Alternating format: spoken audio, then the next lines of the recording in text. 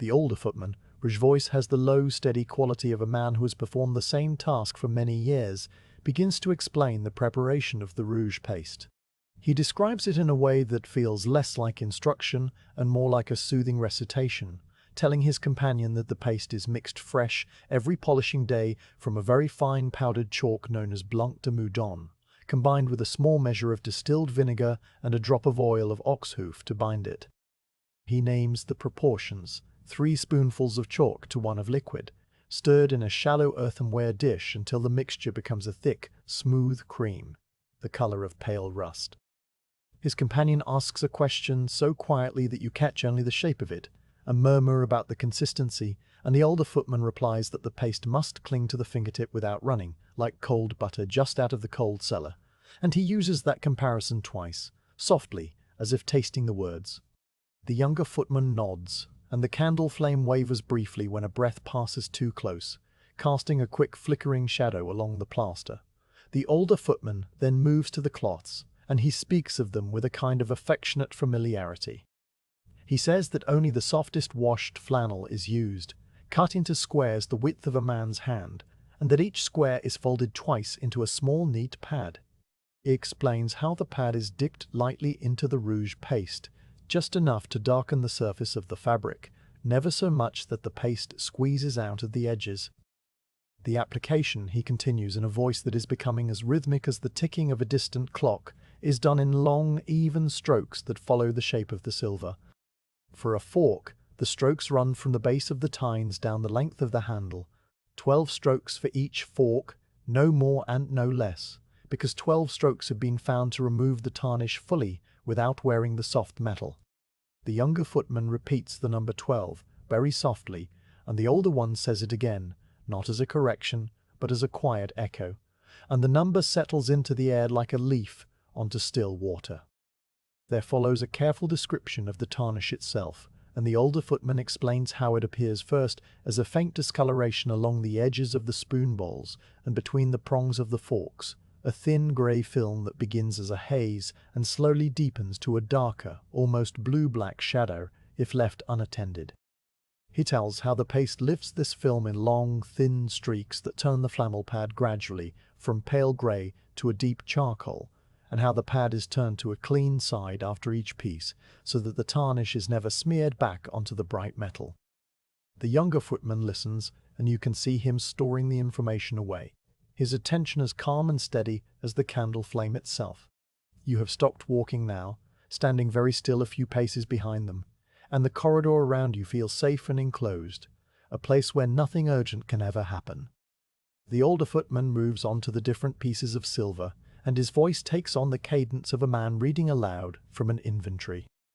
He names the items in the order they are arranged on the long wooden work table in the pantry. First, the table forks, in 4 sizes ranging from the large entree fork to the small dessert fork, then the spoons, which include the soup spoon, the dessert spoon, the coffee spoon, and the tiny salt spoon with its bowl no bigger than a child's thumbnail. After the spoons come the knives, though he explains that the blades are steel and must be polished with a different paste made from powdered pumice, while the silver handles receive the same rouge treatment as the forks. He lists the serving pieces next: the ladles, the fish slices, the asparagus tongs, the sugar sifters, the mustard spoons, the marrow scoops, and the long-handled sauce spoons that hang on their own hooks. Each name is spoken with a calm precision, as though the mere act of naming them is enough to keep the world orderly and safe. As he continues, the older footman describes the felt-lined drawers where each piece is returned after polishing, and this part of the telling becomes especially slow and detailed. He says that the drawers are made of walnut, each one fitted with a removable tray lined with a thick layer of fine grey felt that has been brushed until it is as smooth as a cat's ear. The felt is divided into compartments by narrow padded ridges, and each compartment is shaped exactly to hold one specific piece of silver so that nothing ever touches its neighbor. He explains the layout of the top drawer: 6 compartments on the left for the large entree forks, 6 on the right for the matching spoons, and a narrow central channel for the fish slices, each slice wrapped in a separate sleeve of thin chamois leather. The second drawer holds the dessert pieces, again arranged symmetrically, fork to fork and spoon to spoon, with the coffee spoons in a smaller tray set crosswise at the front. The third drawer is the deepest, holding the serving pieces in order of size, with the soup ladle lying diagonally across a specially shaped indentation that prevents its weight from pressing on the felt and creating a permanent dent. The younger footman asks about the dent with a soft, sleepy curiosity, and the older one replies that felt has a memory, and that a heavy piece left in the same position for too long will leave its shape behind forever, a ghost of silver in the grey wool. The conversation turns to the order in which the pieces are laid back into the drawers, and here the older footman speaks with the gentle authority of long practice. The forks go in first, he says, because they are the most numerous, and because laying them down in their long straight rows creates a satisfying visual rhythm that sets the tone for the entire tray. He describes how each fork is held by the very tip of its handle, polished side up, and lowered into its compartment with a motion so deliberate that the silver never clicks against the wood. The spoons are next, and he notes that the bowls of the spoons are always placed facing upwards so that no shadow of a fingerprint can ever appear on the curve of the inner bowl when the drawer is opened later. The knives follow, their silver handles placed toward the felt and their steel blades facing the outer edge of the tray, separated from the forks by a padded ridge that prevents any accidental contact. The serving pieces are laid in last, the largest items first, so that the ladle does not have to be lifted over a forest of smaller pieces, and the whole arrangement is finished by laying a thin sheet of fine linen paper over each tray before the drawer is slid gently closed. The younger footman asks about the paper, and the older one explains that it is a special tissue brought from a mill near Angoulême, a paper so smooth and free of acid that it can lie against the silver for months without causing any discoloration. He describes the way the paper is cut to size with a small ivory-handled knife, each sheet measured against the drawer with the width of 2 fingers of overlap on all sides, and he adds that the cutting is done on a marble slab in the pantry, because marble stays cool and prevents the paper from curling in the warmth of a nearby stove. The mention of the stove leads him to a brief sleepy digression about the temperature of the pantry, which he says must never be allowed to rise above a certain point because warmth accelerates tarnish, and the silver must be stored in a cool, dry, dark environment, which the pantry provides perfectly thanks to its north-facing wall and its thick stone floor. The younger footman makes a small sound of understanding, a soft "ah," that floats into the darkness. You become aware again of your own slow breathing and of the weight of your body resting easily against the wall. The 2 footmen have shifted slightly, the older one now leaning one shoulder against the doorframe of a cupboard you had not noticed before, and their whispering continues without any sense of hurry. The candle has burnt down by perhaps 1/4 of an inch, the little pool of melted wax around the wick growing wider, and the light it casts has become slightly softer, slightly more golden. The older footman begins to talk about the inspection that follows the polishing, describing how each piece is held up to a second candle, a taller one with a brighter flame, and turned slowly so that the light slides across every surface, revealing any remaining haze or faint scratch. He explains that the inspection is done by the head footman, a man named Gerard, who has eyes that can spot a single speck of tarnish the size of a pinhead from across a room, and that Gerard will sometimes reject a perfectly polished fork because of a single water spot invisible to anyone else. The younger footman asks what happens to a piece that fails inspection, and the older one replies that it is simply polished again from the beginning, dipped back into the paste and stroked another 12 times with a fresh pad, then dried with a clean linen cloth and inspected once more, and he says this with no trace of complaint, as if the repetition is a form of quiet rest. There is a pause then, a long and comfortable silence, in which the only sound is the faint, distant creak of some timber settling elsewhere in the vast, sleeping palace, and you feel your eyelids growing heavier. The older footman resumes speaking after a while, his voice slightly lower now, as if he too is becoming drowsy.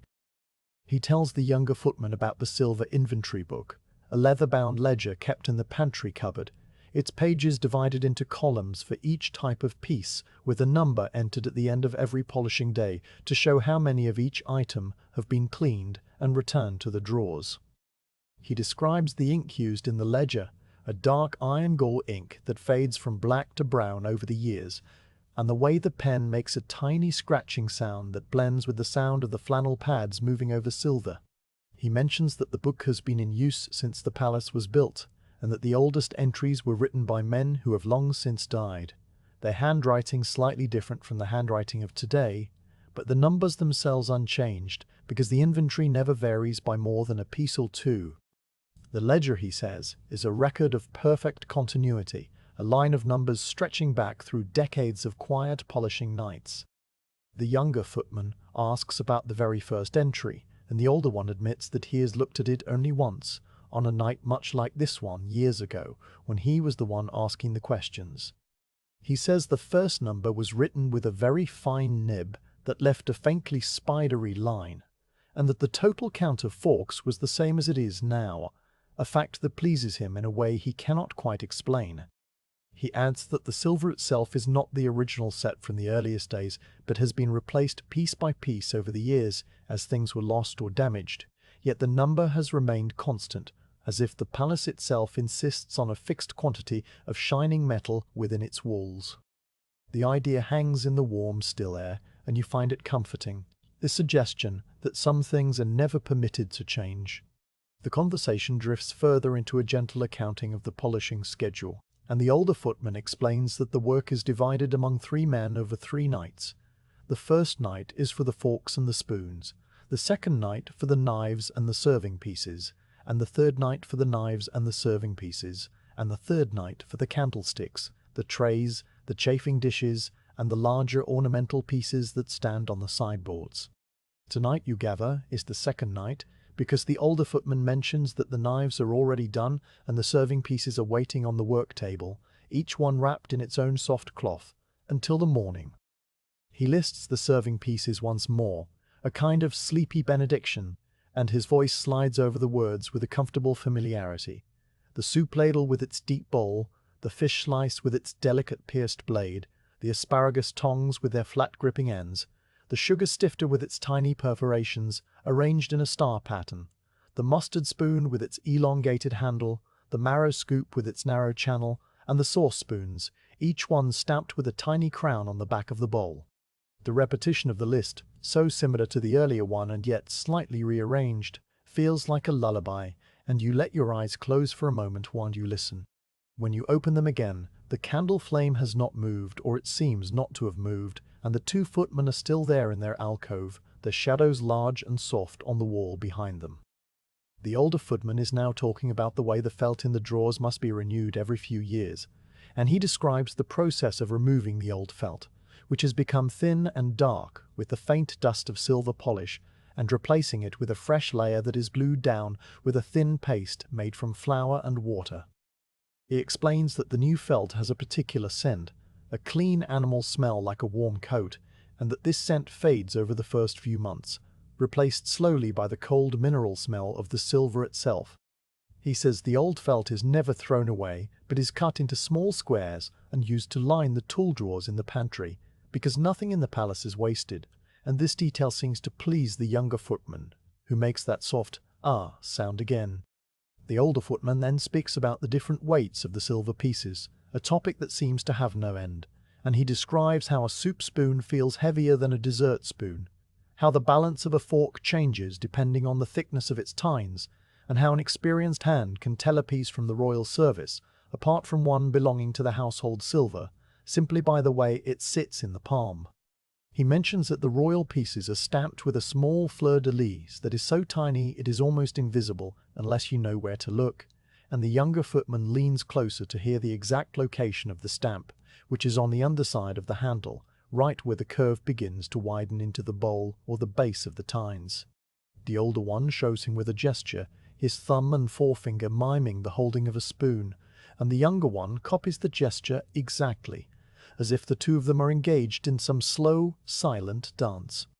The night deepens around you, and you notice that the air is cooled slightly, the warmth of the day finally giving way to the stone's natural chill. The corridor extends into shadow in both directions, but you feel no need to move on, no pressure to continue your imaginary duties. The footmen's voices have become a part of the architecture, a steady murmur like water moving through a hidden pipe,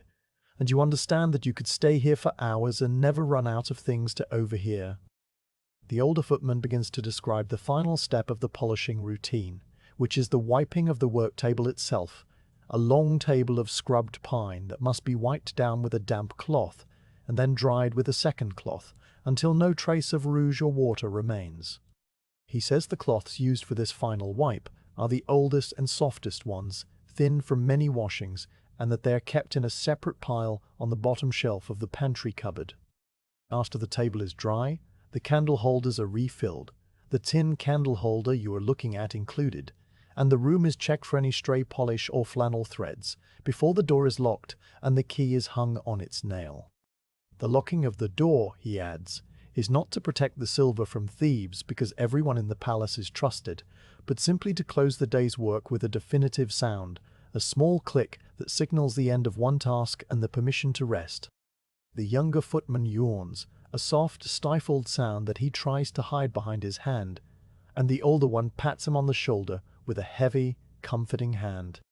They stand together for another minute, saying nothing, and then the older footman pinches the candle flame between his thumb and forefinger, extinguishing it with a quick, practiced motion that leaves a thin trail of smoke rising through the darkness.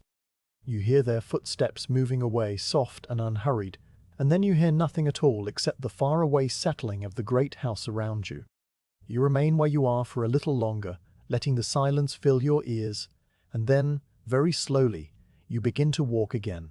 following the hidden corridor toward whatever comes next, your mind full of flannel pads and 12-count strokes, and the comforting certainty of felt-lined drawers holding their shining contents in perfect, undisturbed order.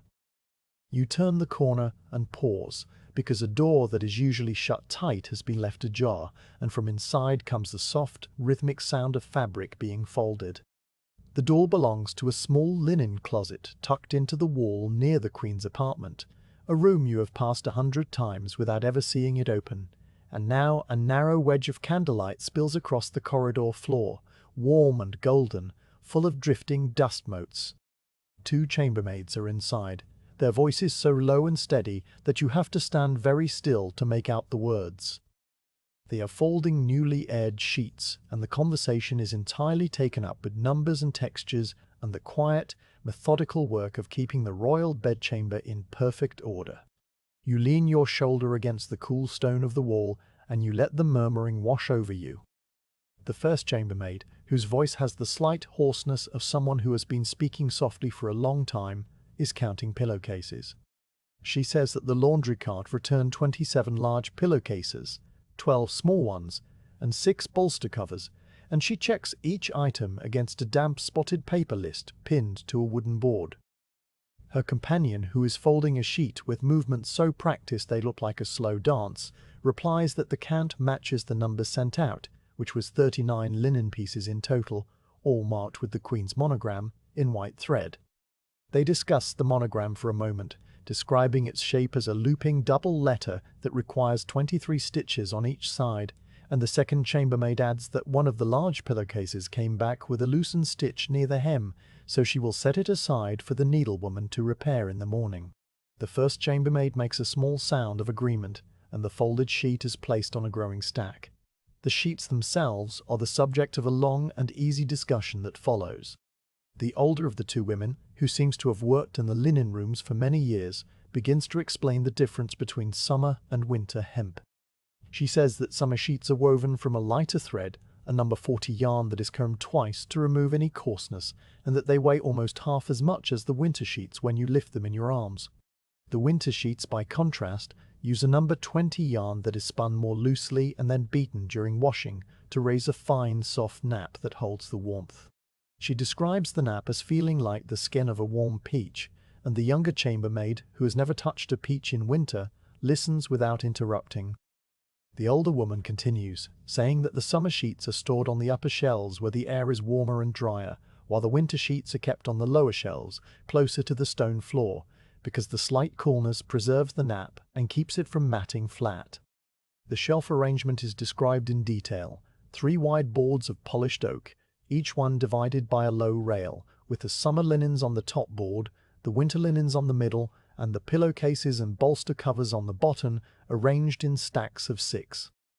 The folding continues, and the younger chambermaid asks about the proper way to smooth a mattress, a topic that the older woman takes up with the same calm thoroughness. She describes the long-handled brass warming pan that is used for the task, a polished disc of metal about the width of a dinner plate, attached to a wooden handle as long as a man's arm. Inside the pan, she says, you place a layer of warm embers taken from the fireplace, not too many, just enough to heat the brass without making it too hot to touch, and then you swing the pan slowly back and forth across the surface of the mattress, never letting it rest in one spot for more than a count of 3. The warmth smooths out the feathers, she explains, redistributing them into an even layer that supports the body without lumps, and the brass leaves a faint, clean smell of heated metal that mingles with the lavender in the ticking. She tells how the pan must be refilled with fresh embers twice for a large mattress, once for the upper half and once for the lower, and that the whole process takes the time it takes to recite 50 Hail Marys, which is her own private way of measuring the duration of tasks. The younger woman absorbs this, her hands never pausing in their work. The older chambermaid then moves to the inventory of the Queen's bedchamber linens, and she begins to recite it from memory, her voice slipping into a rhythm that is almost like a spoken lullaby. She names each piece in the order it appears in the leather-bound ledger, and she gives its number, its size in pouces, and sometimes a small detail about its fabric or trim. The list is long and wonderfully boring, and you let it roll over you like a gentle tide. She starts with the mattress covers, of which there are 6, made from a closely woven cotton twill that feels smooth under the hand. They are numbered 1 through 6, and each one is marked on the inside seam with its number in blue thread. Then come the feather beds, 3 in total, each one filled with the softest grey goose feathers and weighing nearly 40 livres, requiring 2 people to lift them. The feather beds are aired once a month on the roof terrace, she says, on a dry day with a light breeze, and they are beaten gently with willow switches to fluff the feathers. The next item is the under mattress of horsehair, a single piece that is never moved because it is too heavy and too stiff, and it is simply brushed with a stiff brush every morning to remove any dust. The sheets come next, and the older woman recites the numbers with a kind of quiet pride. There are 18 summer sheets, numbered 1 through 18, each one measuring 3 orns in width and 4 orns in length, hemmed on all 4 sides with a double row of tiny stitches. She pauses to note that sheet number 7 has a small darned patch near the foot, a repair so neat that it is almost invisible, done by a seamstress who has since retired to a village in Normandy. The winter sheets number 12, and they are slightly larger, 3 yards and a half in width, because winter wool blankets are thicker and require more tucking room.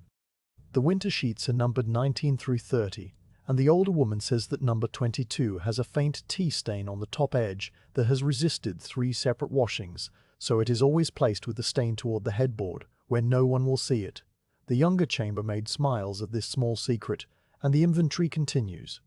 After the sheets, the chambermaid names the blankets. There are 8 summer blankets of fine wool from the Angora goat, so light that you can see your hand through them when they are held up to the sun. They are numbered 1 through 8, and each one is folded with a layer of tissue paper to prevent the wool fibers from catching on each other. The winter blankets are heavier, made from the wool of the local Ile-de-France sheep, and there are 10 of them, numbered 9 through 18, each one with a satin binding along the top edge in a pale cream color. The satin binding, she explains, is replaced every 2 years because it frays with use, and the replacement work is done by the same needlewoman who will fix the pillowcase in the morning. The pillowcases are recited next, and there are many of them because pillows must be changed more often than sheets. The large pillowcases number 36, and they are made from the same summer hemp as the light sheets, each one closed with 3 small mother-of-pearl buttons that must be checked every laundry day to make sure none have cracked. The small pillowcases number 24, used for the cushions on the daybed, and they are embroidered along the opening with a simple chain stitch in white on white, a pattern of tiny diamonds that is only visible up close. The bolster covers are 12 in number, long narrow tubes of linen that button at both ends, and the older chambermaid says that turning them right side out after washing is the most tedious job in the whole linen closet, a task she always saves for the quietest part of the afternoon. Then she moves on to the smaller items, and the list grows even more detailed and sleepy. The bed curtains, she says, are not strictly linens, but are kept in the same ledger and counted once a month. There are 4 sets, one for each season, and the current set is the autumn one of heavy gold damask, its panels numbered 1 through 8. The dust ruffles number 2, a spare and the one on the bed, and they are made of the same damask as the curtains, trimmed with a fringe of silk tassels that must be combed out with a wide-toothed comb after every washing. The canopy valance is one single piece that is never washed but only brushed and aired, because the gold thread in the embroidery would tarnish if it touched water. The older woman describes the valance embroidery as a pattern of oak leaves and acorns, and she says she has counted the leaves once during a very slow afternoon, finding 347 leaves in all, a number she has never forgotten. The inventory continues with the cloths that are used to cover the bedside tables, of which there are 4, each one a square of fine white linen edged with a narrow border of Valenciennes lace, and these are numbered with Roman numerals because they are considered more important than the other small linens. The pincushion on the dressing table has its own linen cover, a tiny circle that ties underneath with a ribbon, and there are 6 of these covers in a small wicker basket, each one trimmed with a different colored ribbon, although the colors are all pale shades of blue, pink, and yellow, because the Queen prefers soft tints. The basket itself is lined with a scrap of silk left over from a gown made many years ago, and the older woman mentions this scrap as though it is an old friend. By now the younger chambermaid has stopped folding and is simply listening, her hands resting on a half-folded pillowcase, and the older woman's voice fills the closet like warm water. She moves on to the towels, which are kept in a separate cupboard but are still part of the bedchamber inventory, and she lists them with the same unhurried precision. The bath sheets number 8, large and thick, woven with a looped pile that is clipped to an even height, and they are numbered 1 through 8 in red thread on the self jegs.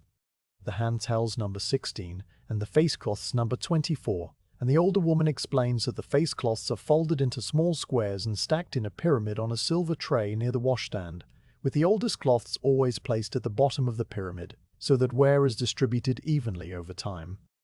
The bath mat is a single piece of thick hemp rope coiled into an oval and stitched flat, and it is scrubbed with a brush and sand every Saturday, a task that the older chambermaid remembers doing as a young girl under the supervision of a woman who is now long gone. The older woman then returns to the pillowcases, because she has remembered something about the buttons, and she describes how the mother-of-pearl buttons are cut from the inner layer of a mussel shell, each one shaped by a button maker in the town and delivered in a small paper packet of 100. She says that the button packet is kept in the drawer of the linen room desk, and that there are currently 47 buttons left, which means that a new packet will need to be ordered before the end of the year, and the ordering of buttons involves writing a note in the ledger and giving it to the steward, who sends it to the button maker via a carrier who travels the road to the town every second Tuesday. The younger chambermaid asks about the carrier, and the older one says that his name is Jacques and that he wears a blue coat with brass buttons of his own, a detail that is entirely unimportant but somehow deeply soothing. The closet has grown warm from their 2 bodies and the single candle, and the scent of aired linen is strong and clean, a smell of sunshine and outdoor air somehow captured and held in the fibers of the hemp. The older chambermaid, still not finished, begins to talk about the lavender sachets that are placed between the sheets to keep them fresh. She says that the sachets are made from the same linen as the sheets, little squares sewn on 3 sides and filled with dried lavender flowers from the palace gardens, then tied with a thin white ribbon. There are exactly 40 sachets, renewed every month after the lavender has lost its scent, and the old lavender is not thrown away, but scattered in the drawers of the servants' dormitory, where it mixes with the smell of clean wool and helps the maids sleep. She describes the lavender garden itself, a small square plot near the orangery, where the plants grow in neat rows and are harvested in July by the gardener's assistants, who cut the stems with small curved knives and lay them on wicker trays to dry in the sun. The drying takes 3 days, she says, if the weather is good, and the lavender must be turned once at noon so that it dries evenly. After the sachets, she speaks of the linen ledger itself, the leather-bound book that contains all these numbers. She describes its size, a quarto volume bound in brown calf with a gold-stamped title on the spine, and its pages, which are ruled in faint grey lines with a column for the item, a column for the number, and a column for the date of last count. She says that the book is kept on the middle shelf of the linen closet, behind a stack of winter blankets, so that no casual visitor would ever see it, and that she has been the keeper of the book for 11 years, taking over from a woman who taught her the inventory by making her recite it every evening for a whole year. The recitation, she admits, has become a kind of prayer for her, a way of settling her mind before sleep, and she sometimes runs through the list in her head as she lies in her own narrow bed in the dormitory, starting with the mattress covers and ending with the face cloths, and she rarely gets past the summer sheets before she is asleep. The younger chambermaid nods, her eyelids drooping, and the older one smiles. The folding has long since been completed, but neither woman makes any move to leave. Instead, the older chambermaid lifts a single sheet from the top of the stack and shows the younger one how to fold it in the special way that is used only for the Queen's sheets, a method that requires 3 folds lengthwise and 4 folds crosswise, resulting in a smooth rectangle that fits exactly into the shelf with no overhang. She demonstrates the first fold, matching selvage to selvage, and then the second fold, which halves the width again, and the third fold, which tucks the top edge down to the middle. The crosswise folds are made one by one, each crease pressed flat with the side of the hand, and the final rectangle is turned over so that the loose edges are hidden underneath. The younger chambermaid tries it on a pillowcase, her movements slower and less certain, and the older woman corrects her with a gentle touch, guiding her hands to the correct position. The teaching is wordless for a minute, just the soft sound of hands moving on cloth. Then the older chambermaid returns to the inventory, as if she cannot help herself, and she recites the numbers one last time. But now she groups them differently by the shelf on which they are stored. The top shelf, she says, holds the summer sheets, the summer blankets, and the dust ruffles. The middle shelf holds the winter sheets, the winter blankets, and the canopy valance rolled around a padded wooden rod. The bottom shelf holds the pillowcases in 3 stacks, the bolster covers in a long flat pile, the small pillowcases in a square stack, and the sachet basket tucked into the corner. The closet floor, which is made of the same pale stone as the corridor, holds 2 extra feather beds in canvas covers, and a spare warming pan that has a small dent in its side from the time a footman dropped it on the stairs. A dent that has never caused any problem with the heat distribution, the older woman assures her companion. The younger woman asks if the dented pan has a name, and the older one laughs very quietly and says that she calls it Petit Claude, after the footman who dropped it, but only when no one else is listening. The candle has burnt down to a stub, and the light in the closet has softened to a deep amber. The 2 chambermaids gather their work baskets and prepare to leave, and you know that you should move on before they find you standing in the doorway, but your body is too heavy and too comfortable against the wall. The older woman blows out the candle with a soft breath, and the closet falls into darkness, the scent of clean linen lingering in the air like a final, gentle benediction. Their footsteps retreat into the deeper passages of the palace, and you are left alone in the quiet corridor, surrounded by the memory of pillowcase counts and lavender harvests and the careful folds that hold everything in place, perfectly ordered, perfectly calm. You pass the back stair that leads to the wardrobe rooms, and a small landing opens before you, a square of shadow broken only by a single candle set on a wooden shelf. The flame stands perfectly still in the draughtless air, and near it 2 women sit on low stools, their heads bent together over a ledger balanced across their knees. One is the Queen's first femme de chambre, a woman with a voice as soft as brushed wool, and the other is a younger seamstress who holds a small pair of silver scissors and a length of white thread. They are discussing a delivery of silk that arrived from Lyon earlier in the day, and their words drift out across the landing like the scent of lavender from an open drawer. You pause on the stair, one hand resting on the cool wall, and you let the quiet talk settle around you. The first femme de chambre is describing the colors of the new silks, and she speaks each name with a careful, unhurried pleasure, as though the words themselves are small luxuries. She says that the first bolt is a shade called pale jonquil, which she compares to the inside of a buttercup held up to the sun, a yellow so faint it is almost white in shadow, but warming to a rich cream in stronger light.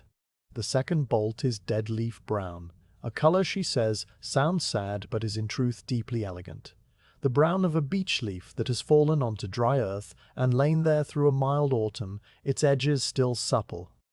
The third is ashes of roses, a grey pink that reminds her of the sky above the palace gardens just before dawn in late summer, and the fourth is fog grey, which she describes as the shade of mist rising off the Grand Canal on a cool morning, a grey that holds a hint of blue so subtle you cannot see it unless you place it next to something truly blue.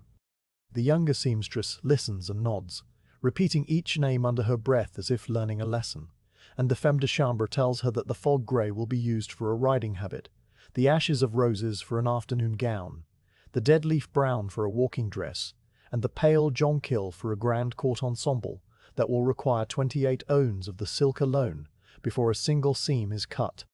The ledger is opened now, its pages thick with notes and measurements, and the femme de chambre reads aloud the requirements for the spring gowns. Her voice slides into a rhythm of numbers and widths, each one given its own small moment of attention. She says that the ribbons for the bodice of the jonquil court gown must be cut to a width of 3 lignes and a half, a narrow ribbon that will be threaded through tiny worked eyelets spaced a thumb's distance apart, while the ribbons for the sleeve trim will be a full 5 lignes wide, so that the bows they form are plump and visible from across a room. The hem of the same gown requires a deeper ribbon, 7 lignes, because the weight of the silk of the hem pulls harder, and a thinner ribbon would pucker. She reads these numbers not as a list, but as a single long instruction, separating the measurements with soft pauses that blend into the steady ticking of a clock somewhere in the nearby antechamber, a sound that has been there all along, but only now do you notice it, marking the seconds with a low wooden click. The younger seamstress asks about the whalebone stays for the bodices, and the femme de chambre turns a page in the ledger and begins to speak of them with the same methodical calm. She says that a single court bodice contains 34 whalebone stays, each one cut to a different length according to its position, and that the stays must be soaked in warm water for a full day before they are shaped to the curve of the body. The longer stays, those that run from the center front to the side seam, measure 14 pouces and 3 lignes, and they taper from a width of 2 lignes at the top to a single ligne at the bottom tip. The shorter stays that support the back are 9 pouces long, and the smallest ones inserted around the armholes to prevent the silk from wrinkling are only 4 pouces and a half. She describes how each stay is slipped into a narrow channel sewn between 2 layers of linen buckram, a stiff fabric that has been starched in a wheat paste and dried flat under weights, and how the channels are stitched with a backstitch that must be perfectly straight because any deviation will cause the stay to twist and press against the skin. The number of stitches for each channel, she adds, is exactly 20 per post, a detail the younger seamstress writes onto a small slate with a stub of chalk, the scratching sound blending with the clock and the soft flutter of the candle flame. The lace trim is the next subject, and here the femme de chambre's voice grows even slower, as though the intricacy of the work demands a slower telling. She explains that the lace is a fine blonde de cane, a continuous bobbin lace that will be applied to the neckline and the cuffs of all 4 spring gowns, and that it must be sewn with 12 stitches to the inch, no more and no less. 12 stitches, she repeats, not as a refrain, but as a single word dropped into the stream of her explanation. Allows the lace to lie flat against the silk without puckering, yet gives it the strength to hold through many wearings. 11 stitches would be too loose, 13 would cause the thread to pull and the lace to curl. The younger seamstress asks to see a sample, and the femme de chambre produces from the pocket of her apron a small square of pale silk with a strip of the lace already attached, and she holds it up to the candle so that the light filters through the open work pattern of flowers and tiny dots. She traces the stitches with her finger, a slow, invisible line that follows the edge of the lace, and she notes that the thread used is a white silk floss that must be waxed lightly with beeswax to keep it from tangling, the wax itself coming from a particular apiary near the village of St. Cyr that supplies the palace with all its wax, a small fact she offers as casually as if she were remarking on the weather. The conversation drifts back to the silk delivery, and the femme de chambre describes the bales as they arrived on a cart drawn by 2 grey horses, the bales wrapped in heavy brown paper and tied with coarse twine, each one stamped with the mark of the Lyonnaise silk house that wove them. She recounts the unwrapping of the first bale, a memory that seems to please her, telling how the paper was cut with a dull knife, because no sharp blade was allowed near the fabric, and how the pale jonquil silk was lifted out with both hands and laid across the long cutting table in the workroom, its folds falling open like a flower. The silk, she says, was woven on a draw loom that took 2 men to operate, one to throw the shuffle and the other to pull the cords that raised the pattern threads. And the pattern in the jonquil silk is a tiny scattered spray of leaves, no larger than a fingernail, repeated every 4 pausas across the width. The younger seamstress asks if the pattern is the same on the other bolts, and the femme de chambre replies that the dead leaf brown has a pattern of diagonal ribs, the ashes of roses is plain satin, and the fog grey has a cell stripe so subtle it can only be seen when the fabric is held at an angle. All variations chosen to suit the different weights of gown and the seasons in which they will be worn. The ledger is consulted again, and the femme de chambre reads out the yardages required for each gown, not as a single declaration, but as a series of gentle calculations spoken aloud. For the jonquil court gown, with its full skirt and long train, the requirement is 28 ons of silk, 12 ons of linen lining, 4 ons of stiff buckram for the inner supports, and 2 ons of fine cotton for the pocket linings. The Ashes of Roses afternoon gown requires 22 ons of silk, 8 of lining, and 3 of buckram, because the skirt is slightly narrower and the train shorter. The dead leaf brown walking dress uses 18 ons of silk, 6 of lining, and 2 of buckram, and the fog grey riding habit is the most modest at 15 ons of silk, 5 of lining, and a single orn of buckram, though it also requires an additional 7 orns of heavy wool camlet for the matching jacket, a detail she notes on a separate page. The younger seamstress adds up the numbers quietly, her lips moving, and the total comes to 83 orns of silk, a figure that the femme de chambre says is slightly less than the spring order of the previous year, which required 91 orns because of a grand masquerade that never took place, the unused silk still stored in the long cedar chest at the far end of the wardrobe. The mention of the cedar chest leads to a description of the wardrobe storage arrangements, and the femme de chambre explains that the new silks will be kept in a separate chest from the older fabrics, a chest made of walnut wood that has been lined with linen and fitted with a tight lid to keep out moths. She says that the chest stands on 4 small brass feet to allow air to circulate beneath it, and that a small bowl of dried rosemary is always kept inside. The rosemary changed every month so that its scent never fades entirely. The older chest, the cedar one, holds fabrics that date back many years, including a length of silver tissue from a gown worn at a wedding 2 decades ago, and a piece of flowered brocade that has a small tea-colored water stain near one selvage, a stain that the femme de chambre has tried to remove with lemon juice and salt, unsuccessfully, and she tells this without any frustration, merely as a fact. The younger seamstress asks if she might see the brocade someday, and the femme de chambre says that of course she may, that it is kept folded around a padded roller to prevent creasing, the roller itself made of soft poplar wood and wrapped in a layer of unbleached muslin. The clock in the antechamber ticks on, and the candle flame dips slightly as the wax pool grows deeper. The femme de chambre turns her attention to the sewing schedule, and she reads from a small notebook the order in which the gowns will be constructed over the coming weeks. The jonquil court gown will be cut first, on a Monday morning, by a team of 4 cutters who will work from the paper pattern stored in a long flat drawer, each pattern piece labelled with the name of the gown and the part of the body it covers, centre back, side front, sleeve upper, sleeve under, collar stand, and so on. 23 pieces in all, for the bodice alone. The cutting will take a full day, she says, and the pieces will then be pinned to their linings and hung on wooden hangers in the order of assembly, a long line of soft shapes that look like the ghost of a gown. The younger seamstress asks about the hanging order, and the femme de chambre explains that the back pieces are hung first, then the sides, then the front, so that the seamstress who takes the first piece from the rack automatically begins at the centre back, which is the traditional starting point for a bodice. The sleeves are hung separately on a lower rail, with the right sleeve always placed before the left, because the right arm is used more and must be fitted first in case any adjustment is needed. The left sleeve is then cut to match. The whalebone channels will be stitched into the bodice lining before the silk is applied, a task that the femme de chambre estimates will take 3 days of steady work, the seamstresses sitting in a row by the window where the light falls strongest in the morning.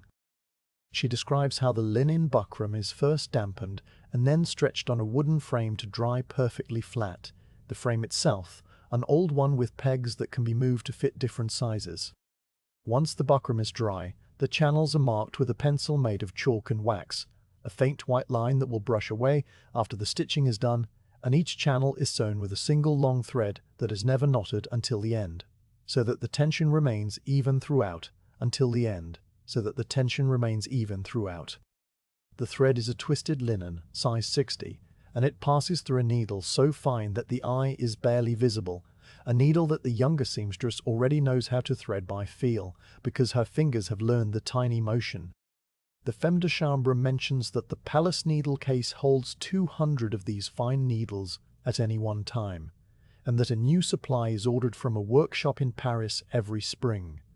The needles arriving in a small tin box lined with flannel, each one stuck into a thin sheet of cork to keep the points sharp. After the channels are sewn, the whalebone stays are inserted, a slow process that the femme de chambre describes as one of the quietest jobs in the wardrobe. She says that the stays, having soaked and been shaped, are dried on a curved wooden form that mimics the shape of a woman's torso, and when they are fully dry and stiff, they are slipped into their channels one by one, starting with the longest center front stays and working outward. Each stay is eased in with a gentle push and then tapped with a small wooden mallet if it resists, the mallet leaving no mark because the stays are wrapped in a thin layer of silk off-cut.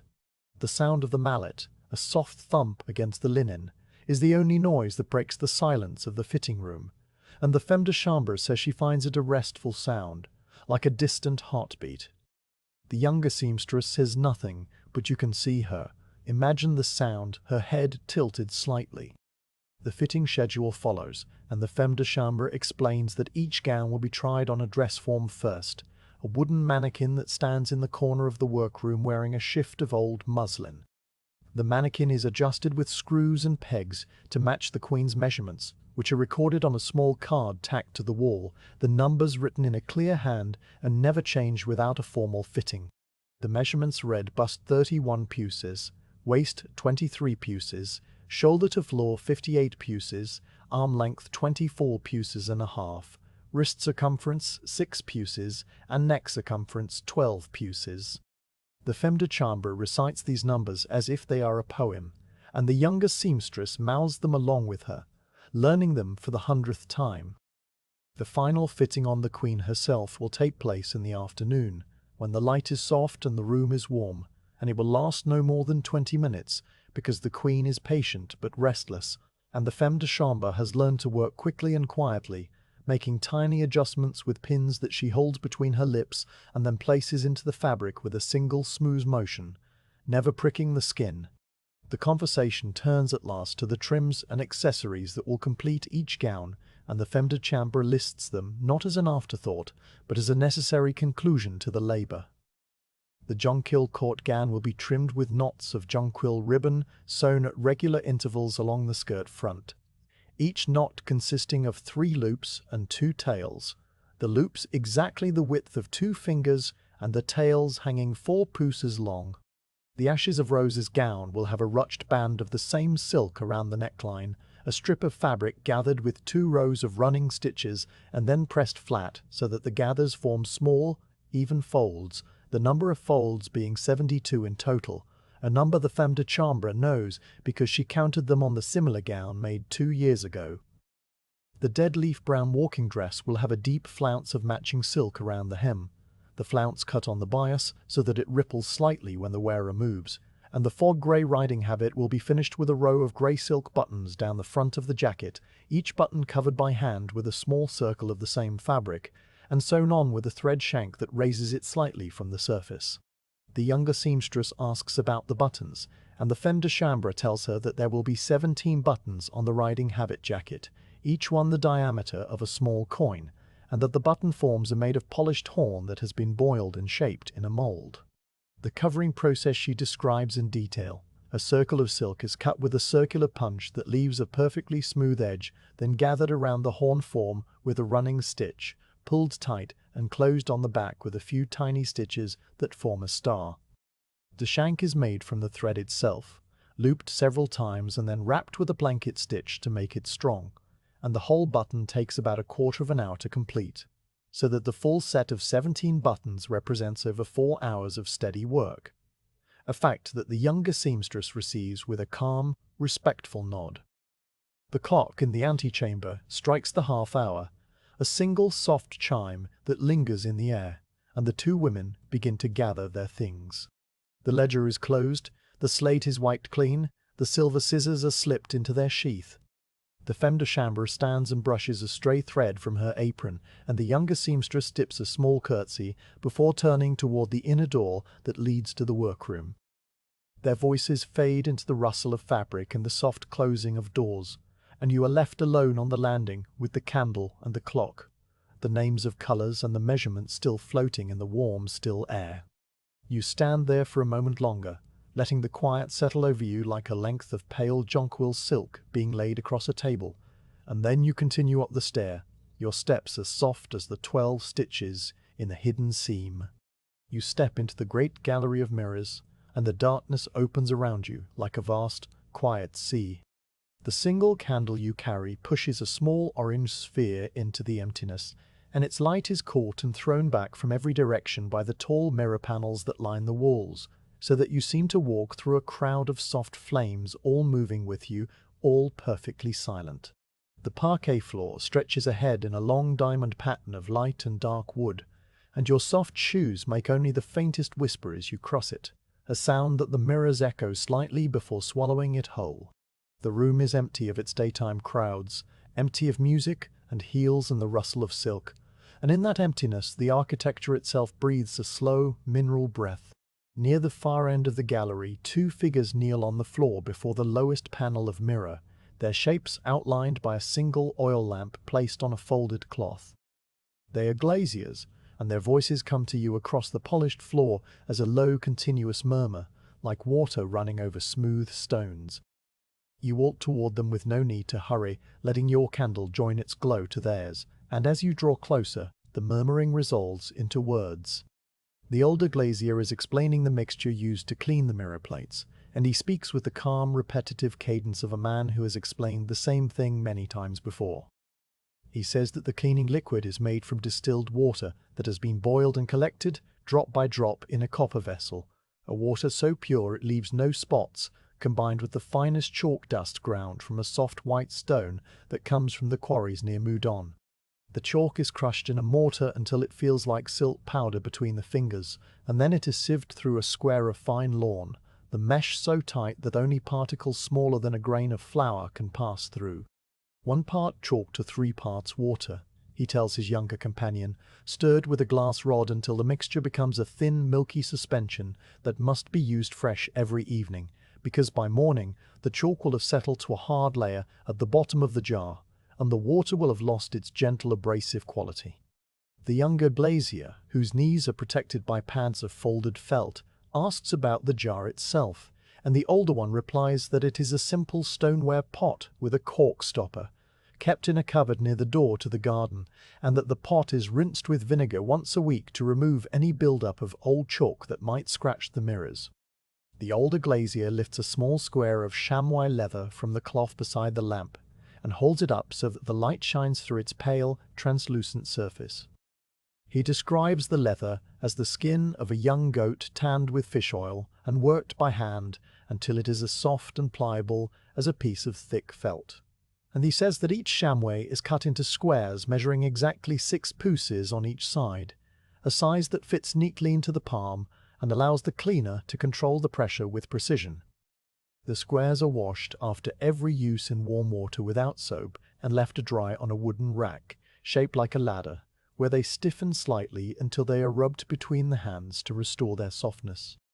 He demonstrates this rubbing, his palms moving together in a slow circle, and the younger glazier watches and then copies the motion, the two of them sitting there rubbing imaginary chamois squares in the dim light as if performing a small silent ritual. The cleaning process itself is then described, and the older glazier's voice settles into a rhythm as steady as the ticking of a clock. He says that the chamois is dipped lightly into the chalk mixture and then squeezed so that it is damp but not wet, because excess liquid would run down the mirror and pool in the gilt frame, causing damage to the gold leaf over time.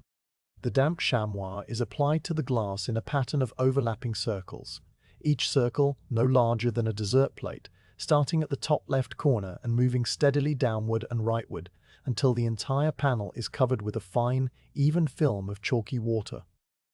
He traces the pattern in the air with his finger, and you can almost see the ghost of those circles hanging on the dark mirror before you. The circles are made with the lightest possible pressure, the weight of the hand alone, because pressing harder would create tiny scratches that would eventually cloud the glass, and the older glazier says that a scratched mirror panel cannot be repaired but must be replaced, a task that requires dismantling the carved frame and lifting the heavy plate out with suction cups made of thick leather. The younger glazier asks how long a single pane takes to clean, and the older one replies that the time depends on the size of the panel, but that the small lower panels, which measure 3 pides in height by 2 pides in width, can be cleaned in the time it takes to recite 100 Hail Marys, while the tall central panels that stand 9 pides high require nearly 4 times as long. He says that he knows the exact time for every panel in the gallery, because he has cleaned them all so many times that his arms remember the motion and his mind measures the duration without conscious thought.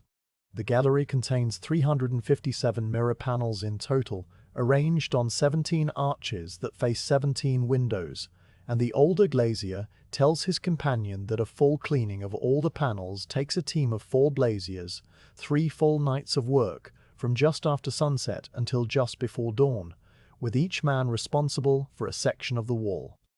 The sections are divided by the arches, so that one man takes the first 4 arches, another the next 4, a third the next 5, and the fourth the final 4, a division that has remained unchanged for as long as anyone can remember. The older glazier picks up a soft linen cloth now, a second tool that follows the chamois, and he explains that after the chalk mixture has been spread in circles, the panel must be buffed with a dry, lint-free cloth to remove every trace of the chalk and leave the glass absolutely clear. The buffing cloths are made from old linen sheets that have been washed so many times that they have become thin and almost transparent, and they are cut into pieces a little larger than the chamois squares, about 8 pouces to a side. The buffing is done in straight, horizontal strokes, starting at the top and working downward, with each stroke overlapping the previous one by the width of a finger. The pressure for buffing is slightly firmer than for the washing, a gentle but confident press that lifts the dried chalk without smearing, and the older glazier says that the secret to a perfect finish is to use each cloth only for a single panel before discarding it into the laundry basket, so that no trace of one panel's dust can ever mar the surface of another. The younger glazier asks how many cloths are needed for a full cleaning, and the older one calculates aloud 357 panels, 2 cloths per panel, because one is used for the first buff and a second for the final polish, making 714 cloths, plus extra for the candle sconces and the door handles, bringing the total to around 750 cloths per complete cleaning. These cloths, he adds, are laundered by the palace laundry on a special cycle that uses only rainwater and no soap, because even the mildest soap can leave a residue that would show up on the mirrors as a faint rainbow-colored film when sunlight hits them. The younger glazier rises to his feet and stretches his back, and the older one continues to speak, now describing how the cleaned panel is inspected for streaks. He takes the oil lamp from the cloth and holds it at a low angle to the mirror, the flame reflected as a bright line that travels across the glass. Any streak or smear, he explains, will appear as a slight blurring of that bright line, a tiny distortion that the eye can detect if the inspector stands exactly 3 pies away and looks with one eye closed. He demonstrates, squinting along the light, and then he invites the younger glazier to look, and together they stand there in silence, one eye shut, checking the perfect uniformity of the reflection. The older glazier says that if a streak is found, the entire panel must be re-washed and rebuffed from the beginning, a task that takes as long as the original cleaning, and that he has on rare occasions spent an entire hour on a single stubborn panel that developed a faint cloudiness from the smoke of too many candles during a long evening reception. He mentions that the candles used in the gallery are made from the finest beeswax, which burns cleaner than tallow. But even so, over the course of a grand ball, the heat and the smoke from 1,000 flames can leave a slight haze on the upper mirrors that requires an extra application of the chalk mixture to remove. The conversation drifts now to the measurements of the glass, and the older glazier recites the dimensions of each panel type in a slow, careful voice that turns the numbers into a kind of lullaby. The low panels, he says, measure precisely 36 palses in height and 24 palses in width, with a thickness of 2 leagues and a half. The tall central panels measure 108 palses in height and 48 palses in width, their thickness being 3 leagues, because the larger a sheet of glass the thicker it must be to support its own weight without bowing. The arched panels at the very top are curved, and their dimensions are more difficult to state because the height varies along the curve, but the maximum height at the center is 60 palses and the width is 30 palses, and they are the same thickness as the tall panels. Each of these numbers is spoken as though it were a line of poetry, and the younger glazier repeats them under his breath, learning them. The older glazier then talks about the inventory book that hangs on a nail in the glazier's workroom, a small ledger bound in green leather in which every mirror panel is recorded by its position and condition. The panels are numbered from 1 to 357, starting at the southern end of the gallery near the door to the war salon, and proceeding in order to the northern end near the peace salon. Each panel is described by its arch number and its position within the arch, so that panel 1212, for example, is the 4th panel from the left in the 8th arch. The ledger records any damage, such as chips along the edges or small bubbles within the glass, and the older glazier says that there are currently 23 panels with recorded imperfections, most of them dating from the original installation of the mirrors over a century ago. The bubbles, he explains, are tiny pockets of air trapped when the molten glass was poured onto the casting table, and they appear as small, perfectly round dots, no larger than a pinhead, visible only when the viewer stands very close and looks at a sharp angle. He says that he knows the exact location of every bubble in every panel, and that during the quiet hours of the night he sometimes visits the bubbles like old acquaintances, checking that none have changed or grown, though they never do. The younger glazier asks about the original installation, and the older one tells the story not as a historian, but as a man recounting a practical fact. The glass, he says, was cast in the Royal Mirror Factory at Saint-Gobain and transported to Versailles on barges that travelled up the Seine to the port at Sèvres, and then on carts over the final 6 leagues to the palace. The panels were so heavy that each cart could carry only 2 of the largest size, and the journey from the factory took 12 days, with the carters resting the horses frequently and covering the glass with thick layers of straw and canvas to protect it from the jolting of the roads. The frames, carved by the royal woodcarvers, were gilded with gold leaf applied in a thin layer over a base of red bole clay, and the older glazier notes that the gold must never be touched by the chalk mixture because the chalk would abrade the soft surface, so the frames are cleaned separately with a dry brush made of badger hair, a brush so soft it feels like the breath of a child against the skin. The cleaning of the frames is a task for the daylight hours, the older glazier adds, because the badger brush must be used in strong, clear light to ensure that no gold flake is loosened, and the brush is passed over the carving in long, slow sweeps that follow the contours of the leaves and scrolls. He describes the carving as an intricate pattern of acanthus leaves, laurel branches, and sunbursts, with a mask of Apollo at the center of each arch, and he says that the dust it collects in the deep crevices is removed with a tiny pointed stick of soft lime wood, a tool he whittles himself from the trimmings of the orangery trees. The younger glazier listens to this with the same patient attention, and the lamp between them burns steadily, its small flame reflected 1,000 times in the surrounding mirrors, so that the gallery seems to be full of tiny, distant stars. The older glazier returns to the mirror panels and begins to describe the way the glass changes with the seasons. In summer, he says, the glass expands very slightly with the heat, and the frames creak once or twice as the wood adjusts. A sound that can be startling if you are alone in the gallery at midnight, but is entirely harmless. In winter, the glass contracts, and a small gap appears between the edge of the panel and the inner lip of the frame, a gap no wider than a sheet of paper, through which a faint draught can sometimes be felt. The glaziers fill this gap with a thin strip of felt that is pushed into place with a flat blade, and the felt must be replaced each autumn when the weather turns cold, a task that takes an additional night of work and requires 120 strips of felt, each cut to the exact width of the gap in its specific panel.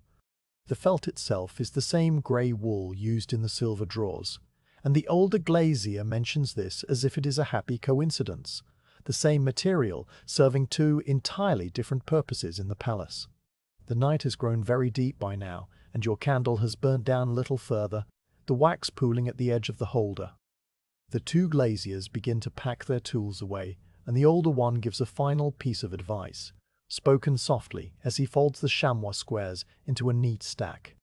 He tells his companion that the most important thing when cleaning mirrors is to keep the mind calm and the hands steady, and that the best work is done when the glazier is not thinking about the work at all, when the circles and the straight buffing strokes have become so automatic that they belong to the body rather than the brain. He says that he often finds himself passing an entire night in the gallery and remembering none of it afterward, his hands having done their task while his mind drifted peacefully elsewhere, and that he considers this the highest form of the craft. The younger glazier nods, his face soft in the lamplight, and together they lift the lamp and begin to walk toward the far door, their shadows stretching long and thin across the parquet. You remain in the center of the gallery, your own candle steady in your hand, and you watch the reflections of their departing light dance from mirror to mirror until they fade, leaving you alone in the dark with the quiet memory of chalk and chamois and the slow, careful counting of panes. You walk the small inner corridor that runs behind the king's private study, a passage so narrow your shoulders nearly brush both walls, and there you find a door that has been left open by no more than a crack, a sliver of warm light falling across the stone floor like a thin gold thread. From inside comes the sound of paper moving against paper, a dry, soft rustling that is almost as quiet as breathing, and beneath it two voices speaking in the low, measured tones of men who have spent many hours together in silence and have learned to use words sparingly. One is a clerk, a man whose voice has the precise, unhurried quality of someone who reads aloud for a living, and the other is a librarian whose deeper voice occasionally interjects a question or a quiet correction. They are cataloguing maps, and you lean your shoulder against the cool wall of the corridor and let their words drift out to you through the narrow opening. The clerk is reading from a stack of rolled charts that stand in a tall wooden bin near his chair, and he holds each one up to the candlelight before speaking its name. His voice recites the titles in a steady, rhythmic sequence that seems to follow the geography of a distant and peaceful world. He reads the name of a river in the south of the kingdom that flows for 140 leagues through vineyards and walnut groves, its course marked on the map by a thin blue line that wavers slightly where the cartographer's hand grew tired. Then he reads the name of a forest in the east, a vast tract of oak and hornbeam that covers 30,000 arpents, its boundaries outlined in green ink that has faded to a soft grey-green like the underside of an olive leaf. A mountain range follows, its peaks drawn as tiny overlapping triangles, each one labelled in a script so small the clerk must bring the map close to his face to read it, and he pronounces the names slowly, one by one, a chain of syllables that rise and fall like the mountains themselves. The librarian writes each name in a ledger, the nib of his pen making a faint, regular scratching that punctuates the clerk's recitation. The clerk moves on to the dimensions of the maps, and his voice takes on a different cadence, more numerical and steady. He unrolls a chart of the western coastline and measures it against a wooden ruler marked with fine black lines, then announces that the paper is 22 paces in width and 30 paces in length, with a border of 2 lignes ruled in red ink around all 4 sides. The scale, he reads from the cartouche, is 1 line to a league, which means that the entire coastline from the northern cape to the southern estuary fits onto a single sheet in a continuous, delicate line. The librarian writes these figures in a column, and the clerk then notes the condition of the paper edges, which he describes as slightly worn at the left margin from being rolled too tightly many years ago. The fibers of the paper beginning to separate in a pattern that resembles the fine cracks in old porcelain. He says that the wear is stable, no worse than it was when last examined, and the librarian makes a small mark in the margin of the ledger to indicate this. The next map is of a different kind, a plan of a small town in the centre of the kingdom, drawn at a much larger scale of 1 pouce to 20 toises, so that individual buildings appear as small shaded rectangles, and the town square is a pale empty space surrounded by 4 rows of trees represented by tiny dots of green watercolour. The clerk reads the name of the town, then the names of its 3 churches, its 2 market halls, its covered well, and its 5 stone bridges that cross a river so narrow it is drawn as a single line. He counts the streets aloud, finding 47 in total, and the librarian records the number. The clerk then describes the compass rose drawn in the corner of the map, a circle divided into 32 points, with the cardinal directions picked out in gold leaf that is tarnished to a soft brown, the north point marked by a fleur-de-lis so small it could be covered by a grain of rice.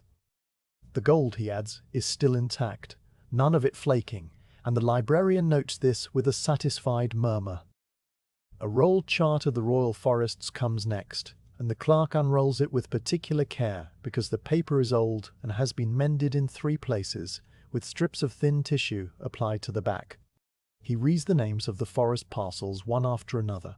a long catalogue of quiet places, the wood of the 7 Springs, the thicket of St. Hubert, the old beech stand, the meadow of the fallow deer, the pond of the black alders, the ridge of the wild pears. Each name is spoken as if it were a line of verse, and the librarian writes them down without comment, the pen moving steadily across the page. The boundaries of each parcel are marked by dotted lines in brown ink, and the clerk notes that the brown ink has faded to a colour somewhere between tea and dried moss, a colour that is still legible but will need to be retraced within the next 10 years if it is not to vanish entirely. The librarian asks whether the retracing should be done now, and the clerk replies that the ink is stable enough for another decade of storage, that haste in these matters leads to mistakes, and the librarian accepts this and turns the page.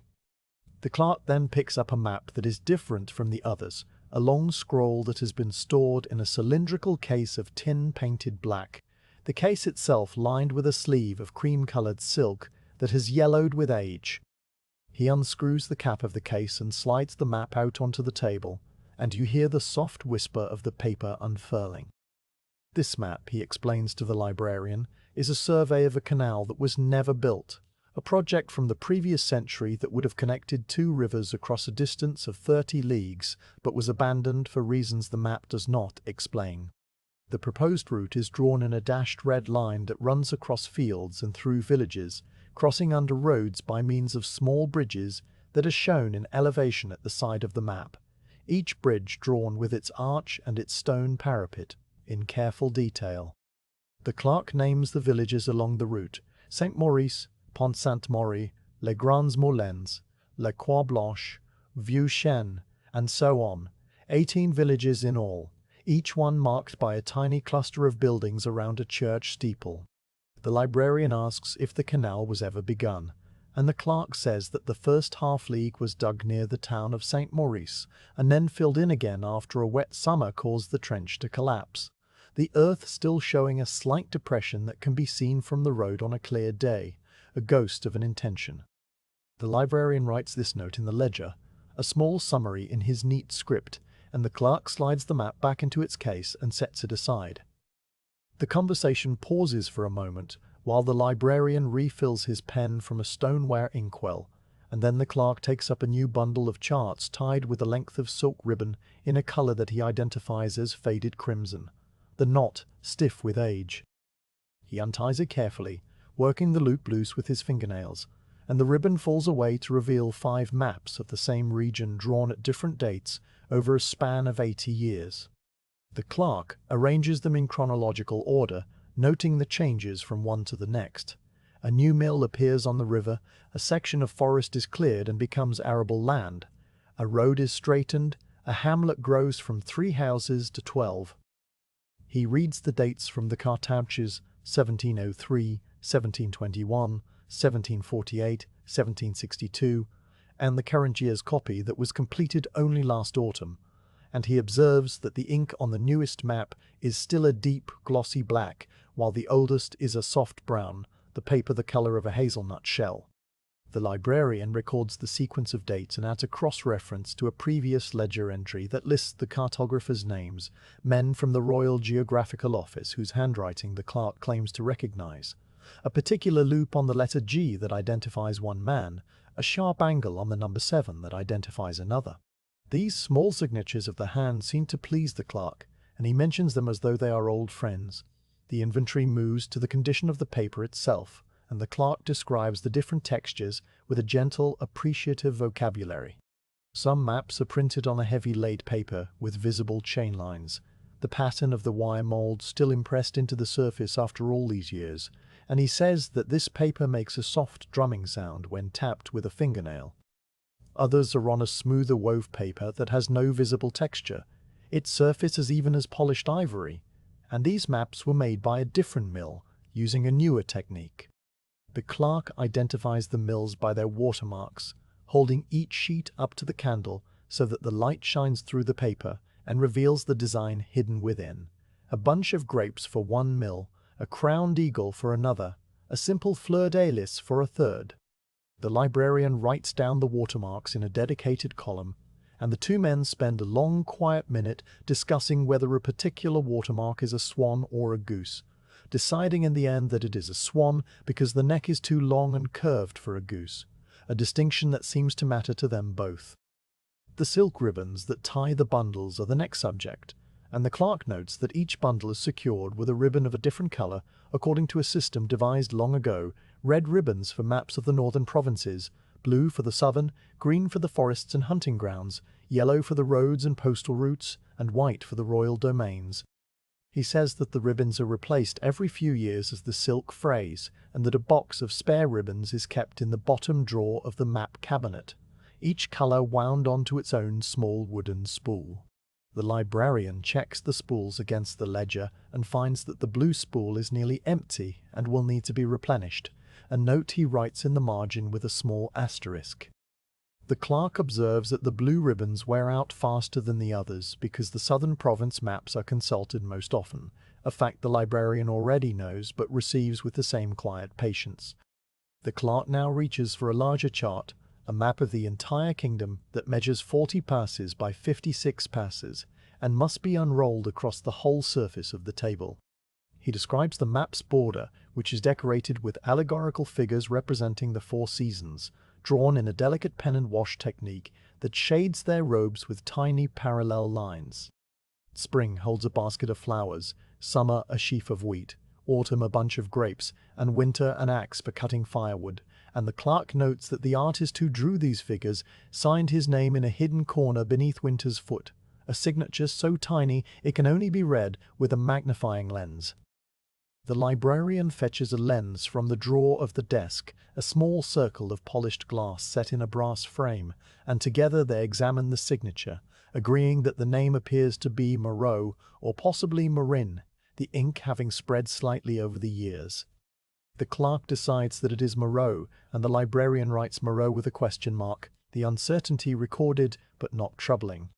The mountains on this large map are drawn as small humped shapes, shaded on one side to suggest height, and the clerk reads the names of the highest peaks, their elevations given in toises above the sea level, numbers that range from a modest 300 toises to a towering 1100.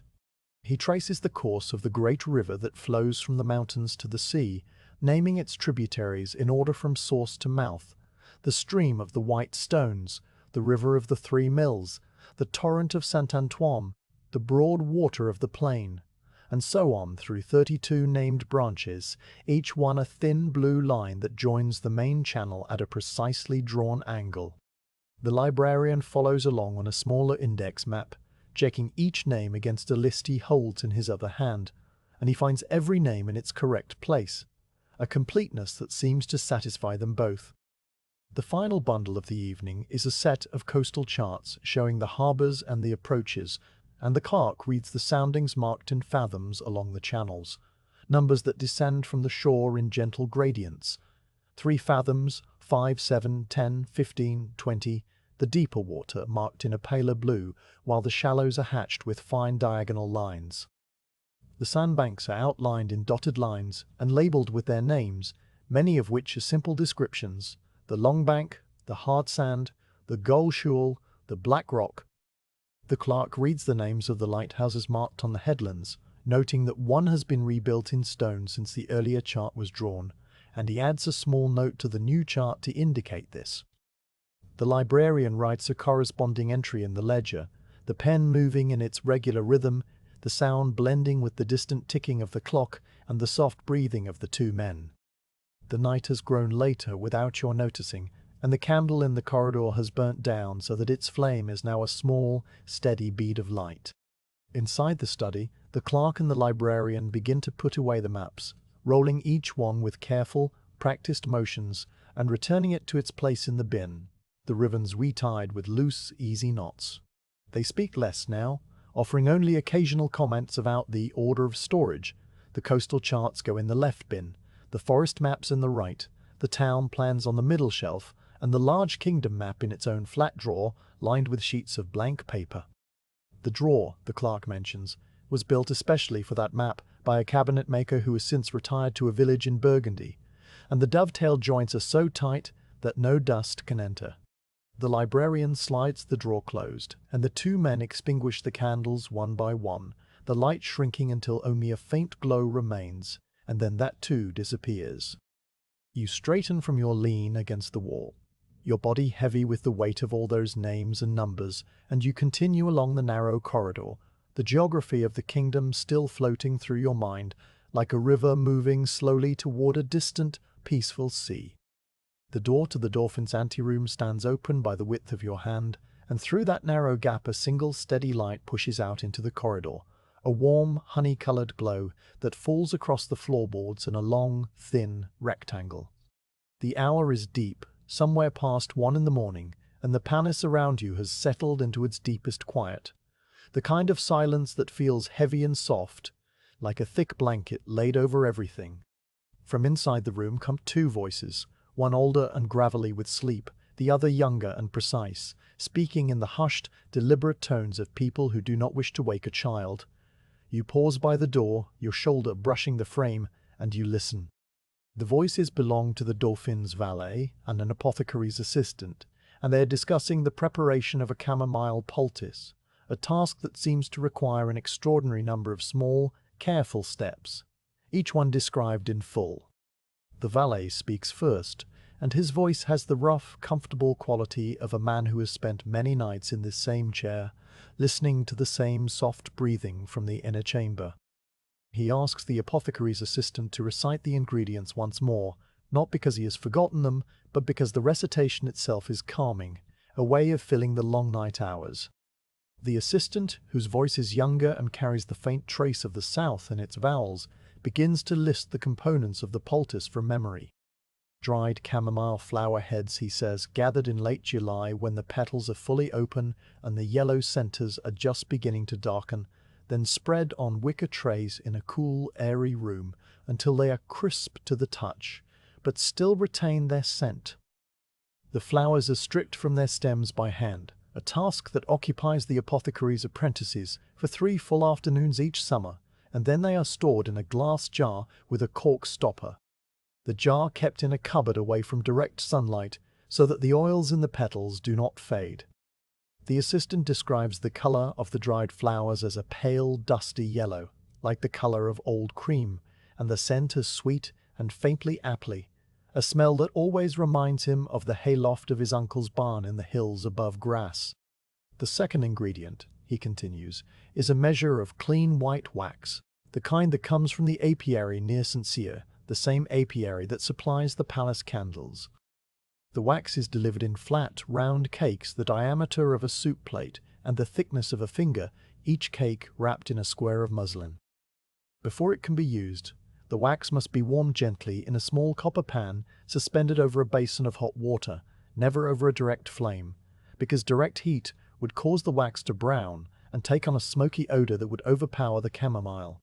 The assistant describes the proper temperature of the wax as just warm enough to be soft when pressed with a thumb, not liquid, merely pliable, like cold butter on a summer day.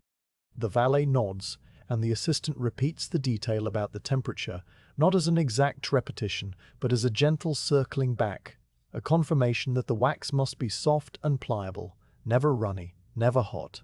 The third ingredient is a pile of clean linen strips, and here the assistant's description grows even more meticulous.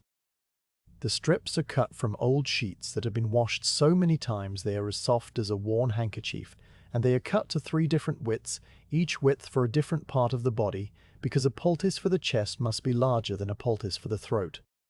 The narrowest strips are the width of 2 fingers and are used for the wrists and the ankles. The medium strips are 3 fingers wide and are used for the throat and the back of the neck, and the widest strips are a full 4 fingers wide and are used for the chest and the small of the back. The lengths of the strips vary according to the size of the child, and the assistant explains that the dauphin, being young and of a certain build, requires strips that measure 14 puces for the chest, 10 puces for the throat, and 8 puces for the wrists, each strip folded twice so that the raw edges are hidden, and the poultice material is held securely inside.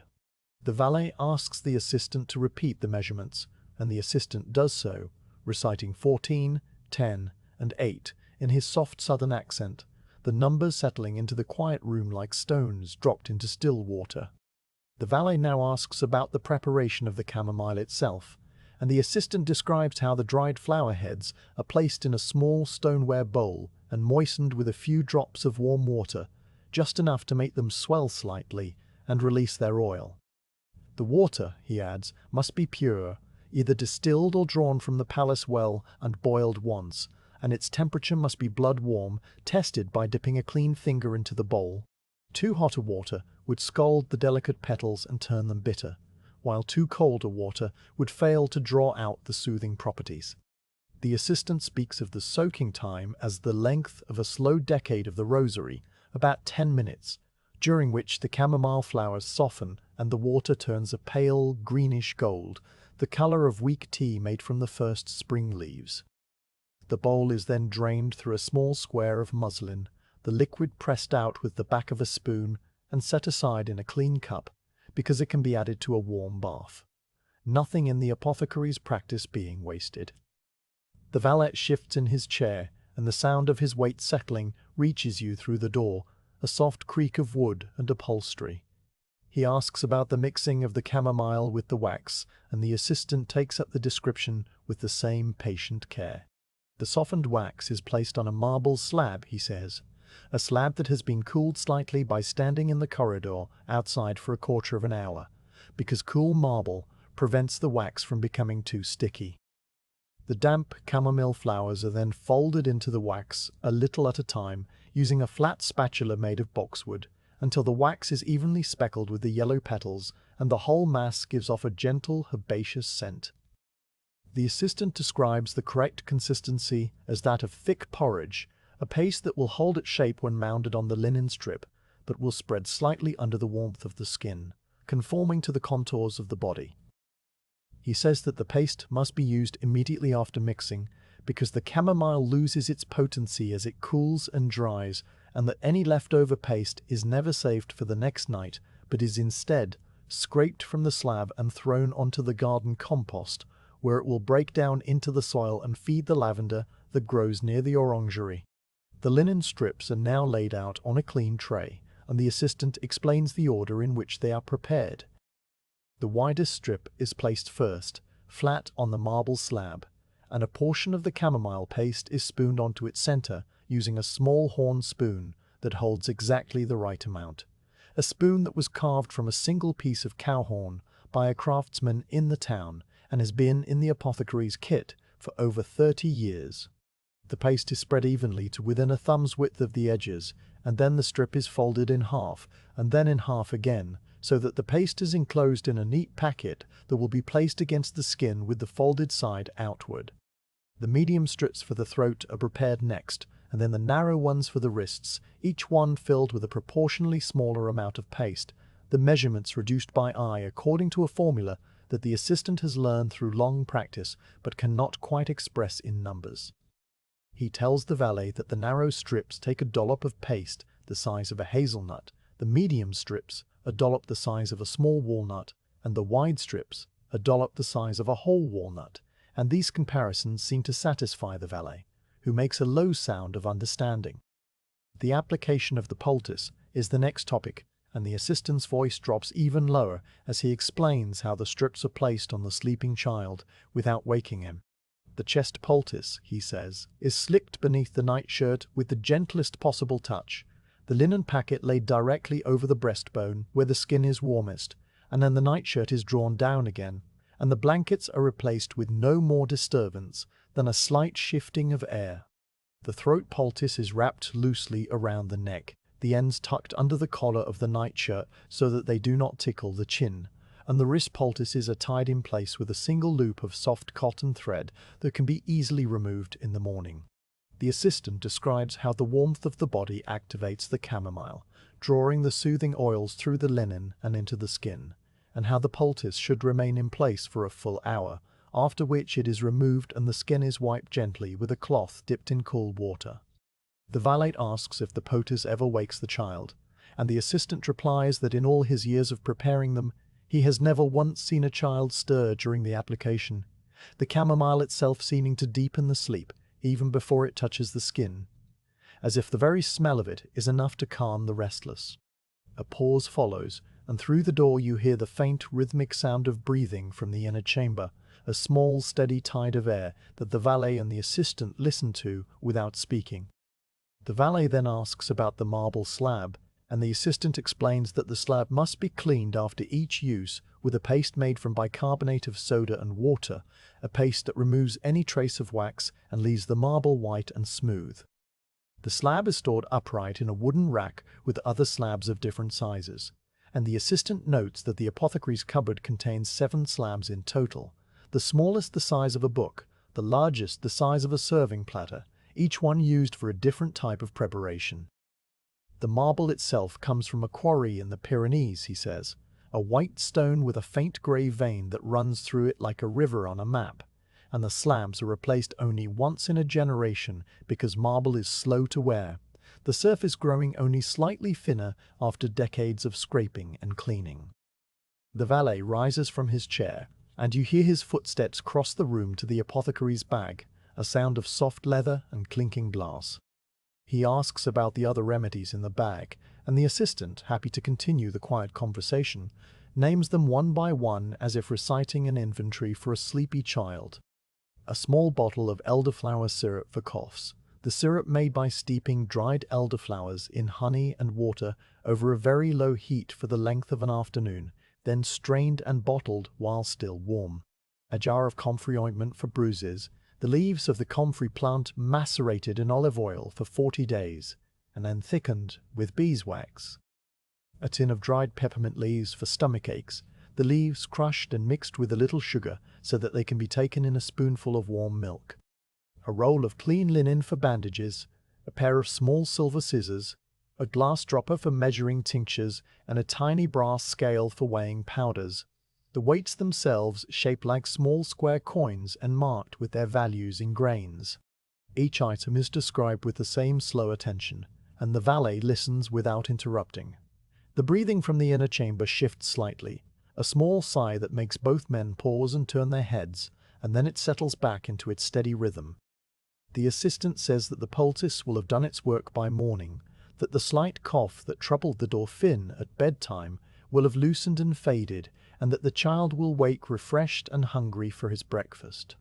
The valet thanks him in a low murmur, and the assistant begins to pack his bag, the glass bottles clinking softly against one another as they are wrapped in their protective cloths. The marble slab is wiped clean, the horn spoon is tucked into its leather sleeve, and the leftover chamomile paste is scraped into a small paper packet and tied with a thread for the garden compost, a small bundle that the assistant will carry with him on his walk back through the dark corridors to the apothecary's room near the servants' quarters. You remain by the door, your eyes heavy and your breathing slow, and you watch through the crack as the assistant ties the strings of his bag and the valet adjusts the candle so that its flame burns lower, the light in the room dimming to a soft orange glow. The two men exchange a few final words about the next night's visit, the time and the dose, and then the assistant steps toward the door, his footsteps light on the wooden floor. You ease back into the shadows of the corridor, and the door opens wider for a moment, spilling warmth and the scent of chamomile into the passage before it closes again with a soft, definite click. The apothecary's assistant walks away down the corridor, his bag bumping gently against his leg, and you are left alone in the darkness with the memory of flower heads and wax and linen strips cut to 3 widths, the whole quiet inventory settling over you like a poultice of its own, warm and soothing and deeply calm. You take the narrow spiral steps that lead up to the royal chapel's upper tribune, each stone tread warm, smooth and slightly hollowed in the center from centuries of soft shoes, and as you climb the air grows cooler and stiller, the walls around you thick with the accumulated silence of many prayers. Your candle throws a small trembling circle of light onto the curved plaster, and your free hand trails along the central stone pillar that the steps coil around, a pillar that feels as solid and unmoving as the earth itself. At the top, a low wooden door stands half open, and you slip through it into the high shadowed space of the tribune, a narrow gallery that overlooks the chapel below. The great arched windows are dark now, only faintly touched by the distant moon, and the gilded organ pipes on the far wall glimmer like a sleeping river.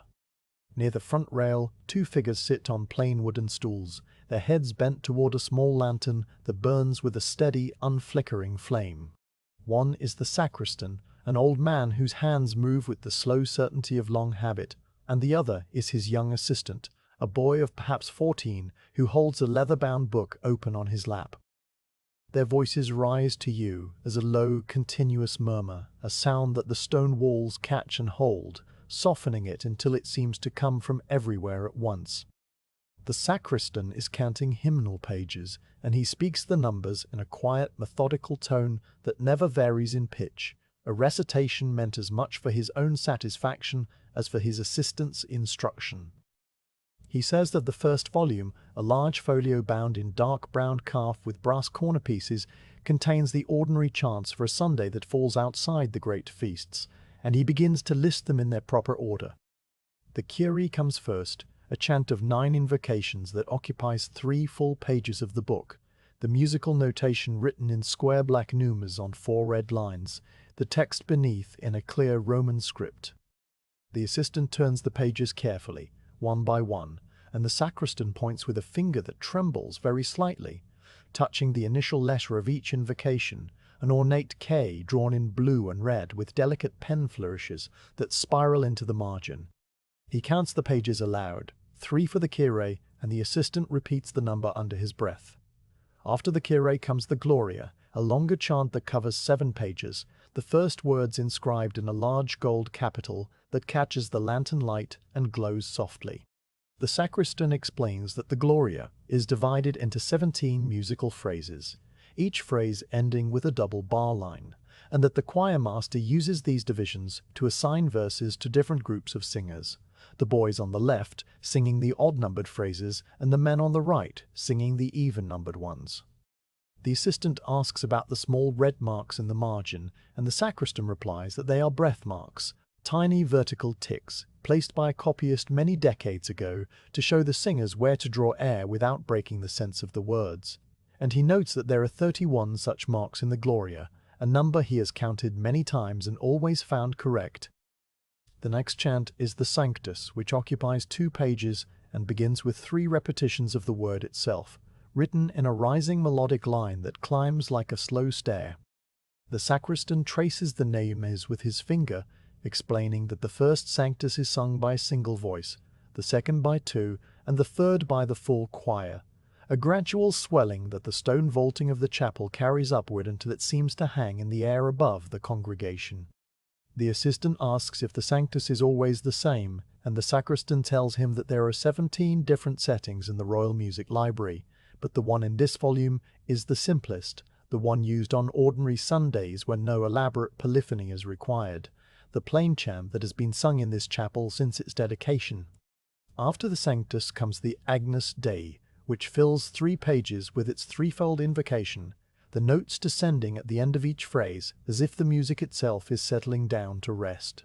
The sacristan points out the small cross that stands at the end of the chant, a cross drawn in red ink with arms of equal length, and he says that this cross marks the end of the ordinary and signals the beginning of the communion antiphon, which varies from week to week and is kept in a separate book. The assistant closes the volume and sets it aside, taking up a second book bound in lighter brown leather with silver hinges, and the sacristan begins to count its pages in the same slow, steady voice. This second volume contains the proper chants for the season after Pentecost, and the sacristan names them in order: the introit, the gradual, the Alleluia, the offertory, and the communion. He says that the introit for the 23rd Sunday after Pentecost is a setting of the words from the prophet Jeremiah, and he reads the opening phrase softly, not singing it, but speaking it on a single low note, the Latin syllables falling into the silence like drops of water. The gradual follows on 4 pages, its elaborate melodic lines curling around the text in patterns that the sacristan describes as vines climbing a trellis, the notes rising and falling in slow, predictable waves that the choir boys learn by repetition over many weeks. The assistant turns to the gradual and asks about a faint brown stain near the bottom of the page, and the sacristan peers at it, then says that it is a drop of old candle wax that fell from a chorister's taper many years ago and was never fully removed, a small imperfection that does not affect the legibility of the notes. The stain, he adds, is on page 147, and he has known it to be there since he first opened the book as a young apprentice himself. The Alleluia comes next, a single page of music with a long, flowing melisma on the final syllable, the word stretched out over 23 notes that the sacristan counts aloud, touching each new mi with the tip of his finger. He explains that the melisma is the most difficult part of the chant for the young singers, who must learn to control their breath through the entire passage without gasping, and that the choirmaster teaches them by having them sing it slowly at first, 1 note per second, then gradually faster, until the melody floats like a ribbon on the air. The assistant absorbs this, his eyes following the notes, and the sacristan turns the page to the offertory. The offertory chant occupies 3 pages, and the sacristan notes that it is sung while the gifts are brought to the altar, a procession that takes exactly the time needed to sing the chant through once, if the procession moves at a measured pace, and twice, if it is slower, the choir master watching from the organ loft and signaling to the singers whether to repeat or to finish. The final chant, the communion, is the shortest of all, a single page with only 6 lines of music, and it is sung so softly that the congregation can hear the priest's own murmured prayers beneath it.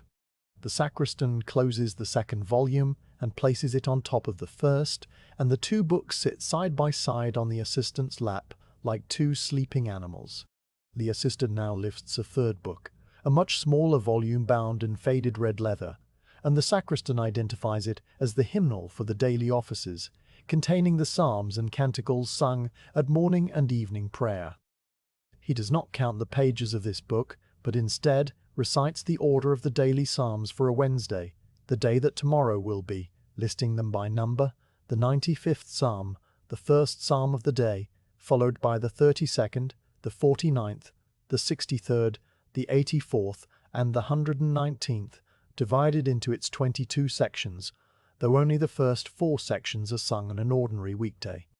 The assistant knows the psalms by heart and murmurs the opening words of each one as the sacristan names it, and for a moment the two voices blend in a low, gentle counterpoint. The counting of the books themselves follows, and the sacristan rises from his stool and walks to a tall wooden cupboard set against the back wall of the tribune, a cupboard with 8 shelves, each divided into narrow compartments.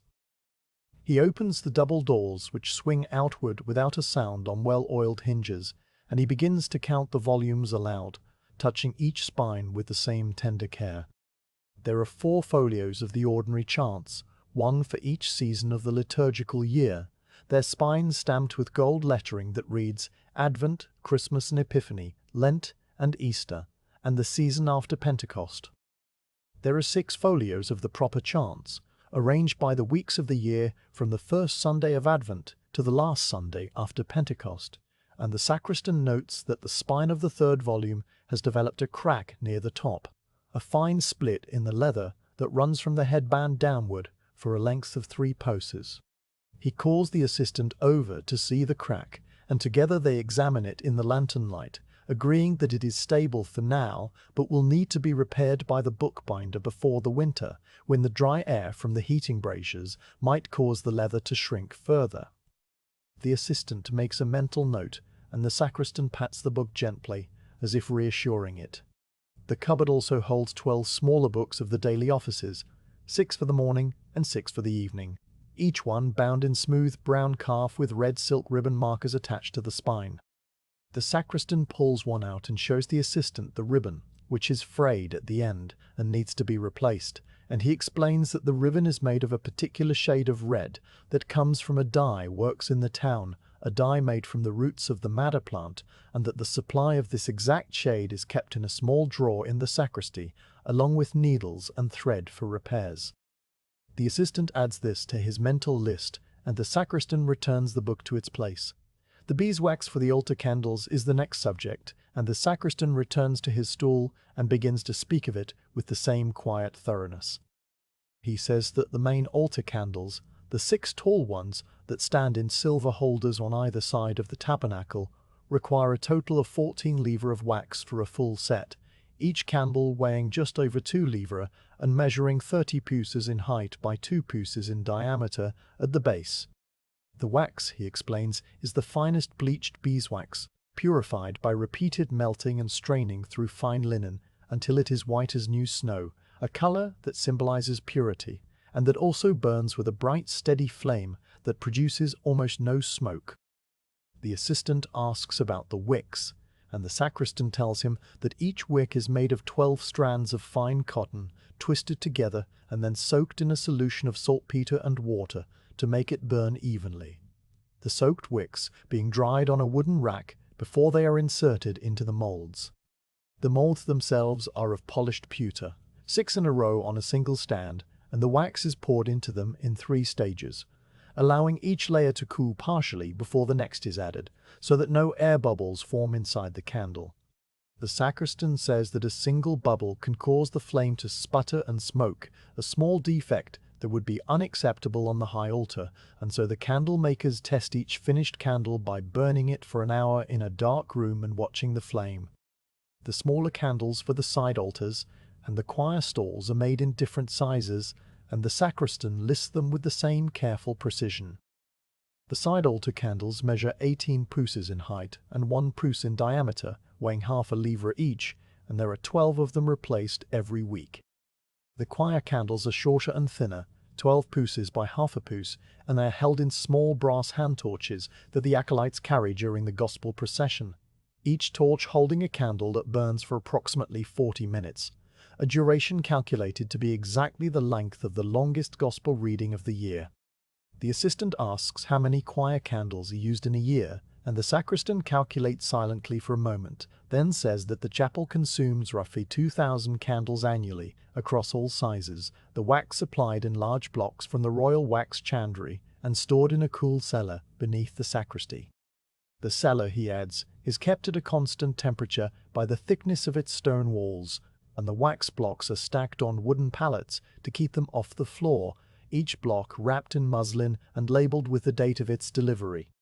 The trimming of the candle wicks is another task that the sacristan describes, and he explains that each wick must be trimmed to a length of exactly 1 lean before the candle is lit, a length that allows the flame to burn cleanly without producing a long, smoking tip.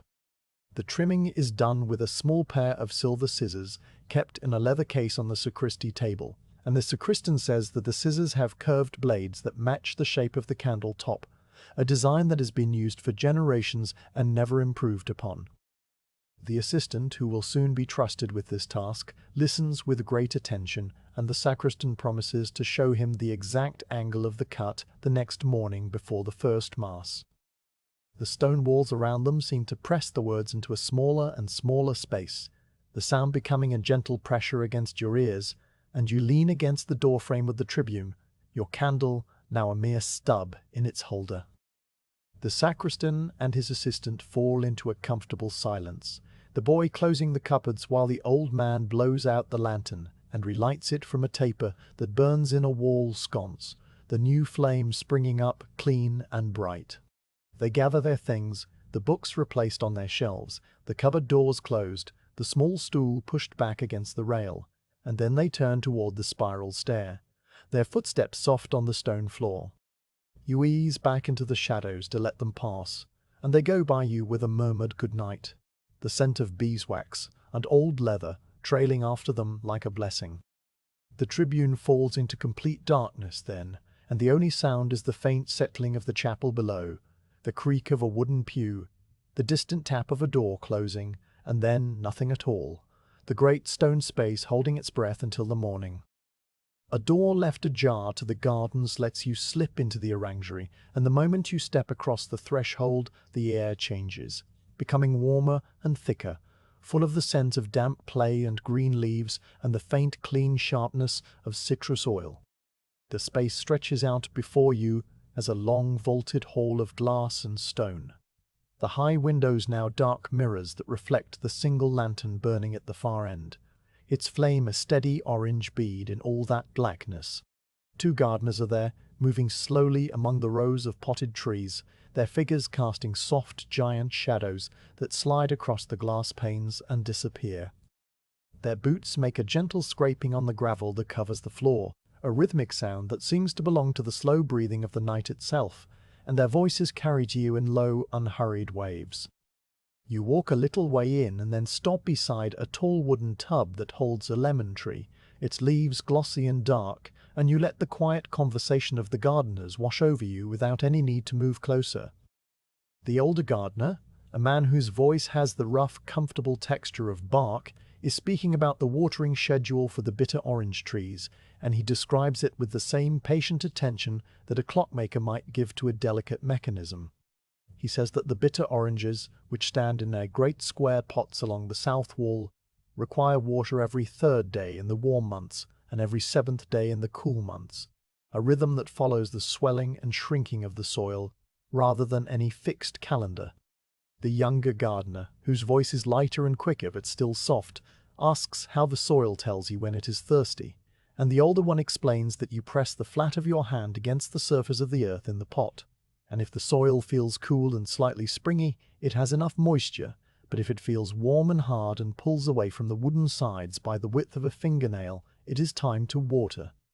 He demonstrates the gesture on a nearby pot, his broad palm pressing down with the gentleness of a man touching a sleeping child, and the younger gardener copies him, placing his own hand on the soil and nodding at what he feels.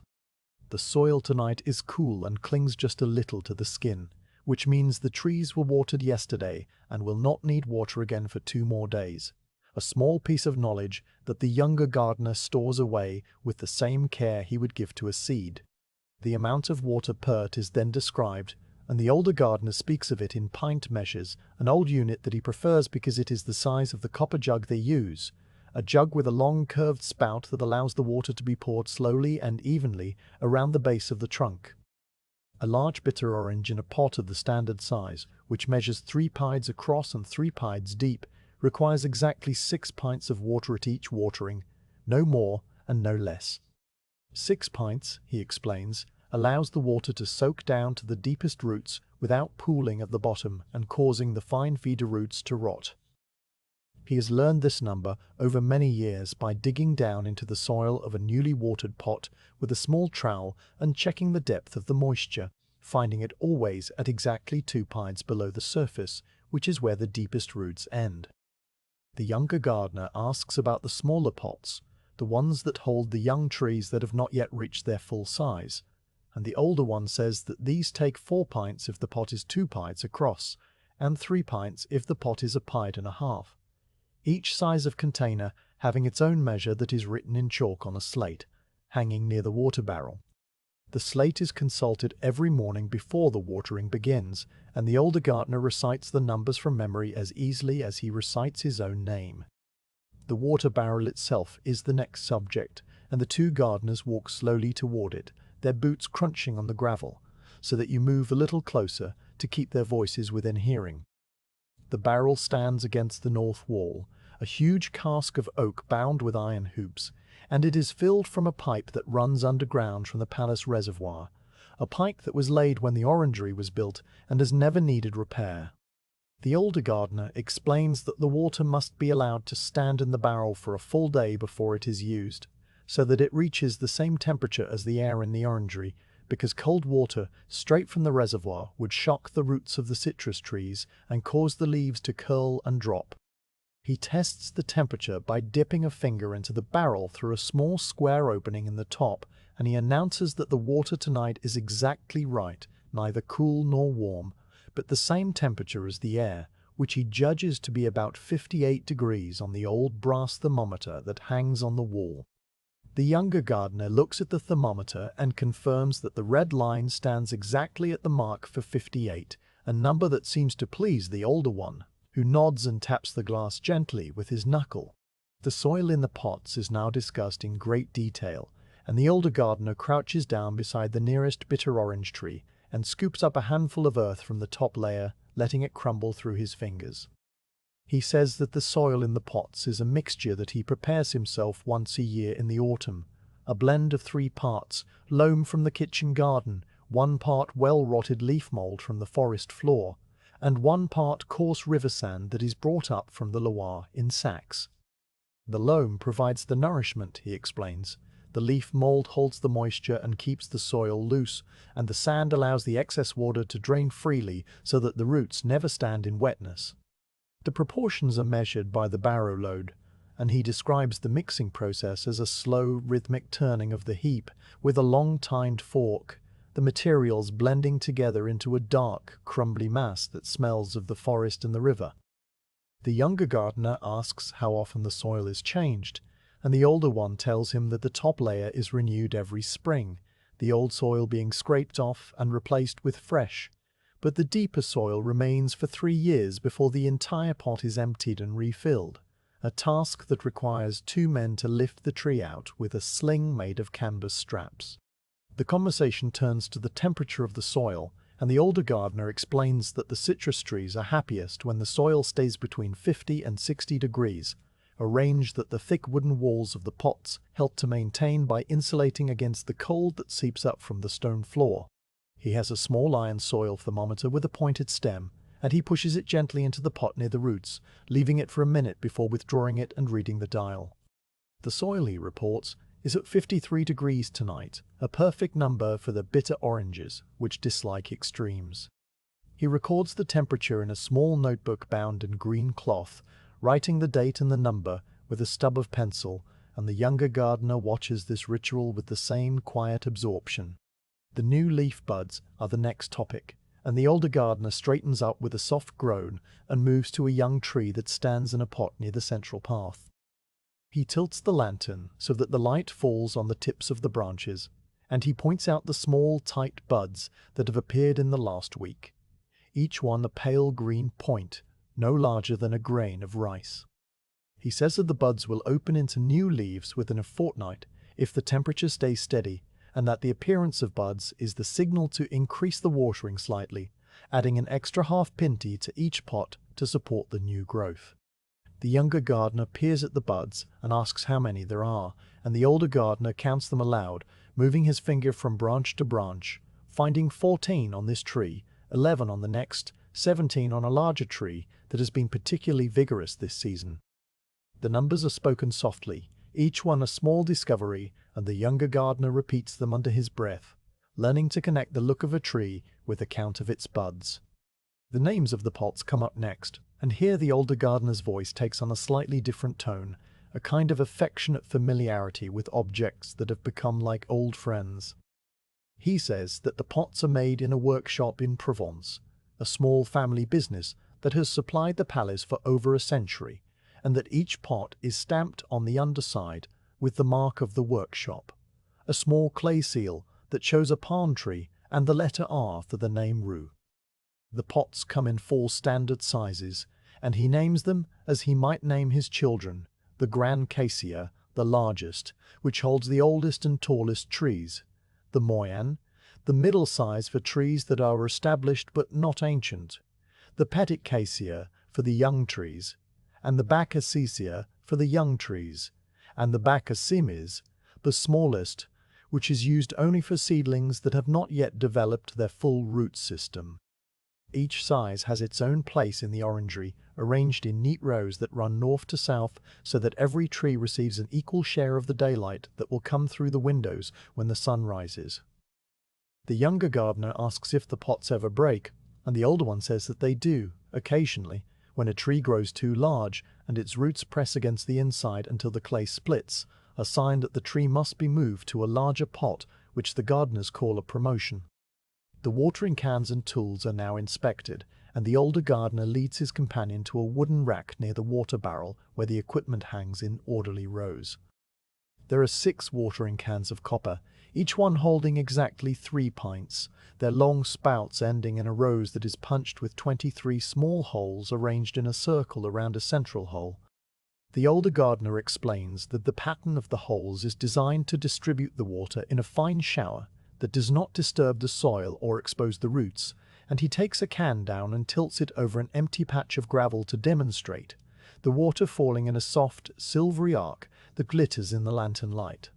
The younger gardener watches and then tries it himself, the can heavy in his hands, and the water falls exactly as it should, a small success that makes him smile.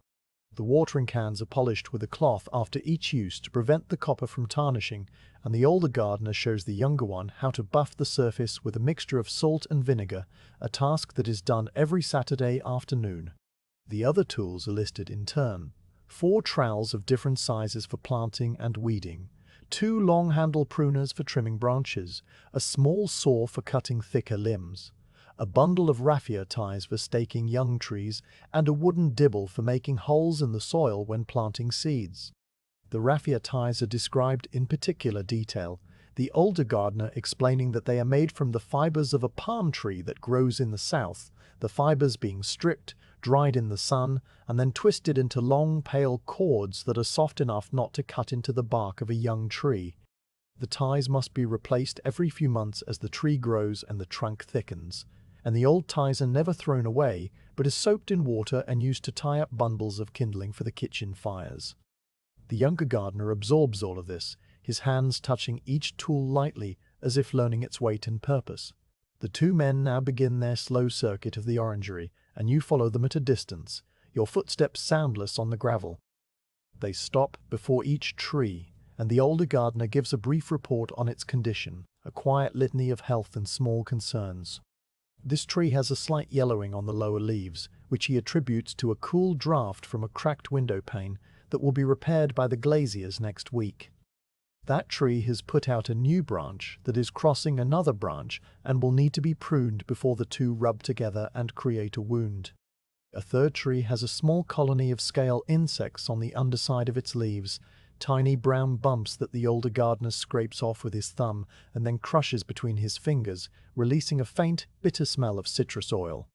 He tells the younger gardener that the scale insects must be watched for every day because they multiply quickly in the warmth of the orangery, and that the best remedy is a wash of soapy water applied with a soft brush, a task that the younger gardener will take over as part of his duties.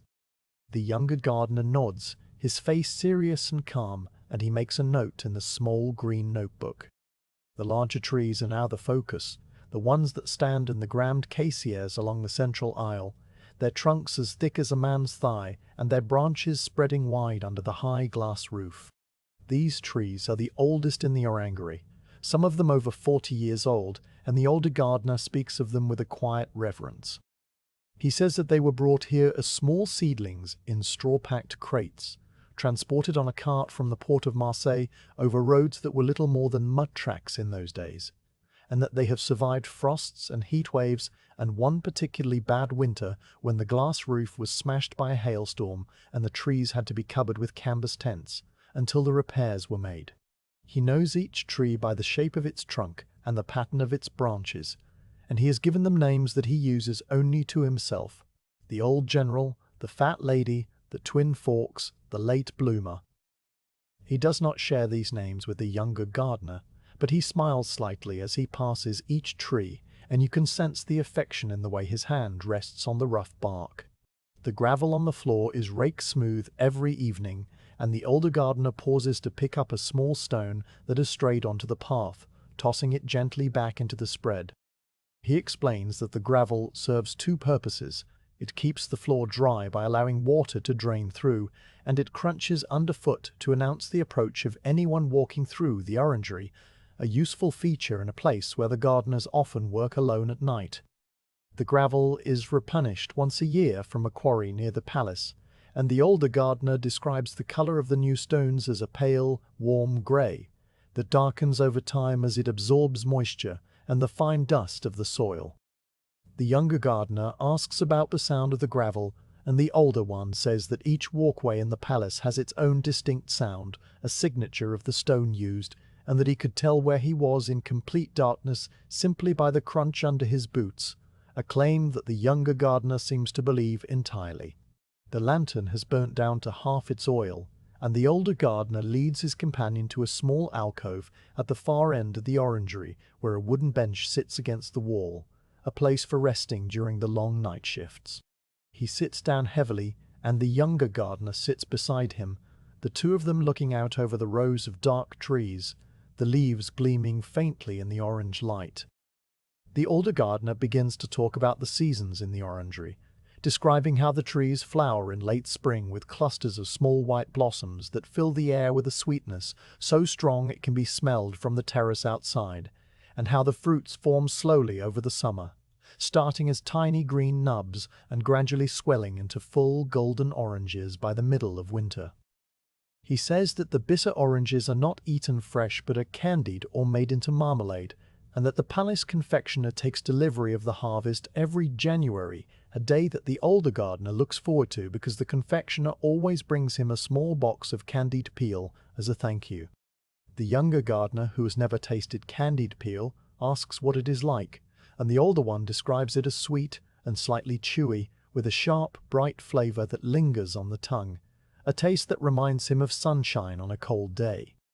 The night air has grown a little cooler, and the older gardener rises and adjusts the vents in the glass roof, pulling on a long pole with a hook at its end to open a small panel that lets in a slender stream of fresh air. He explains that the temperature must be kept constant through the night, and that the vents are opened for a quarter of an hour every 2 hours to let in fresh air without chilling the trees.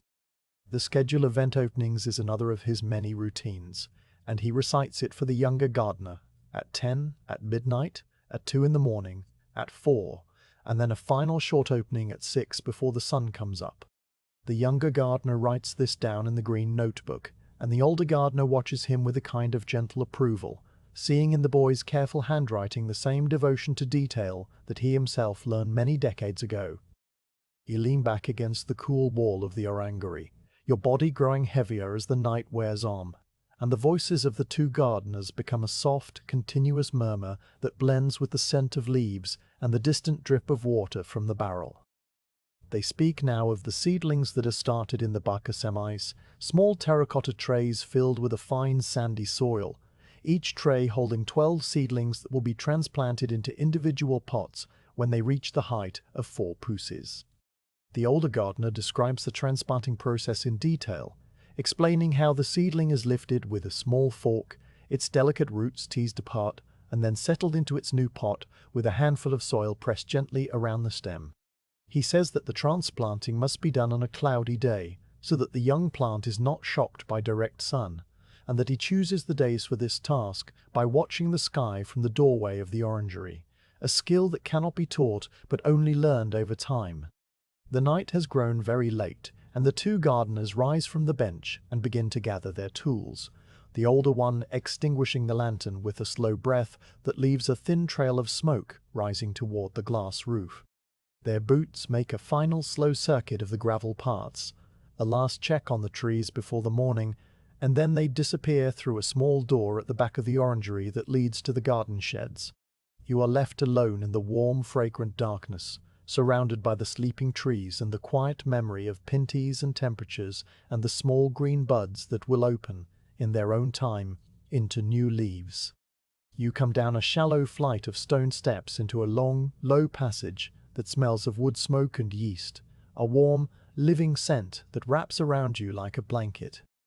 This corridor runs behind the Grand Commune kitchens, and at this hour, somewhere past 2 in the morning, it is empty and quiet except for a steady, rhythmic sound coming from a doorway at the far end, a sound like a heavy wooden paddle sliding slowly back and forth over stone. You follow it, drawn by the warmth and the gentle, predictable noise, until you stand just outside the threshold of the night bakery.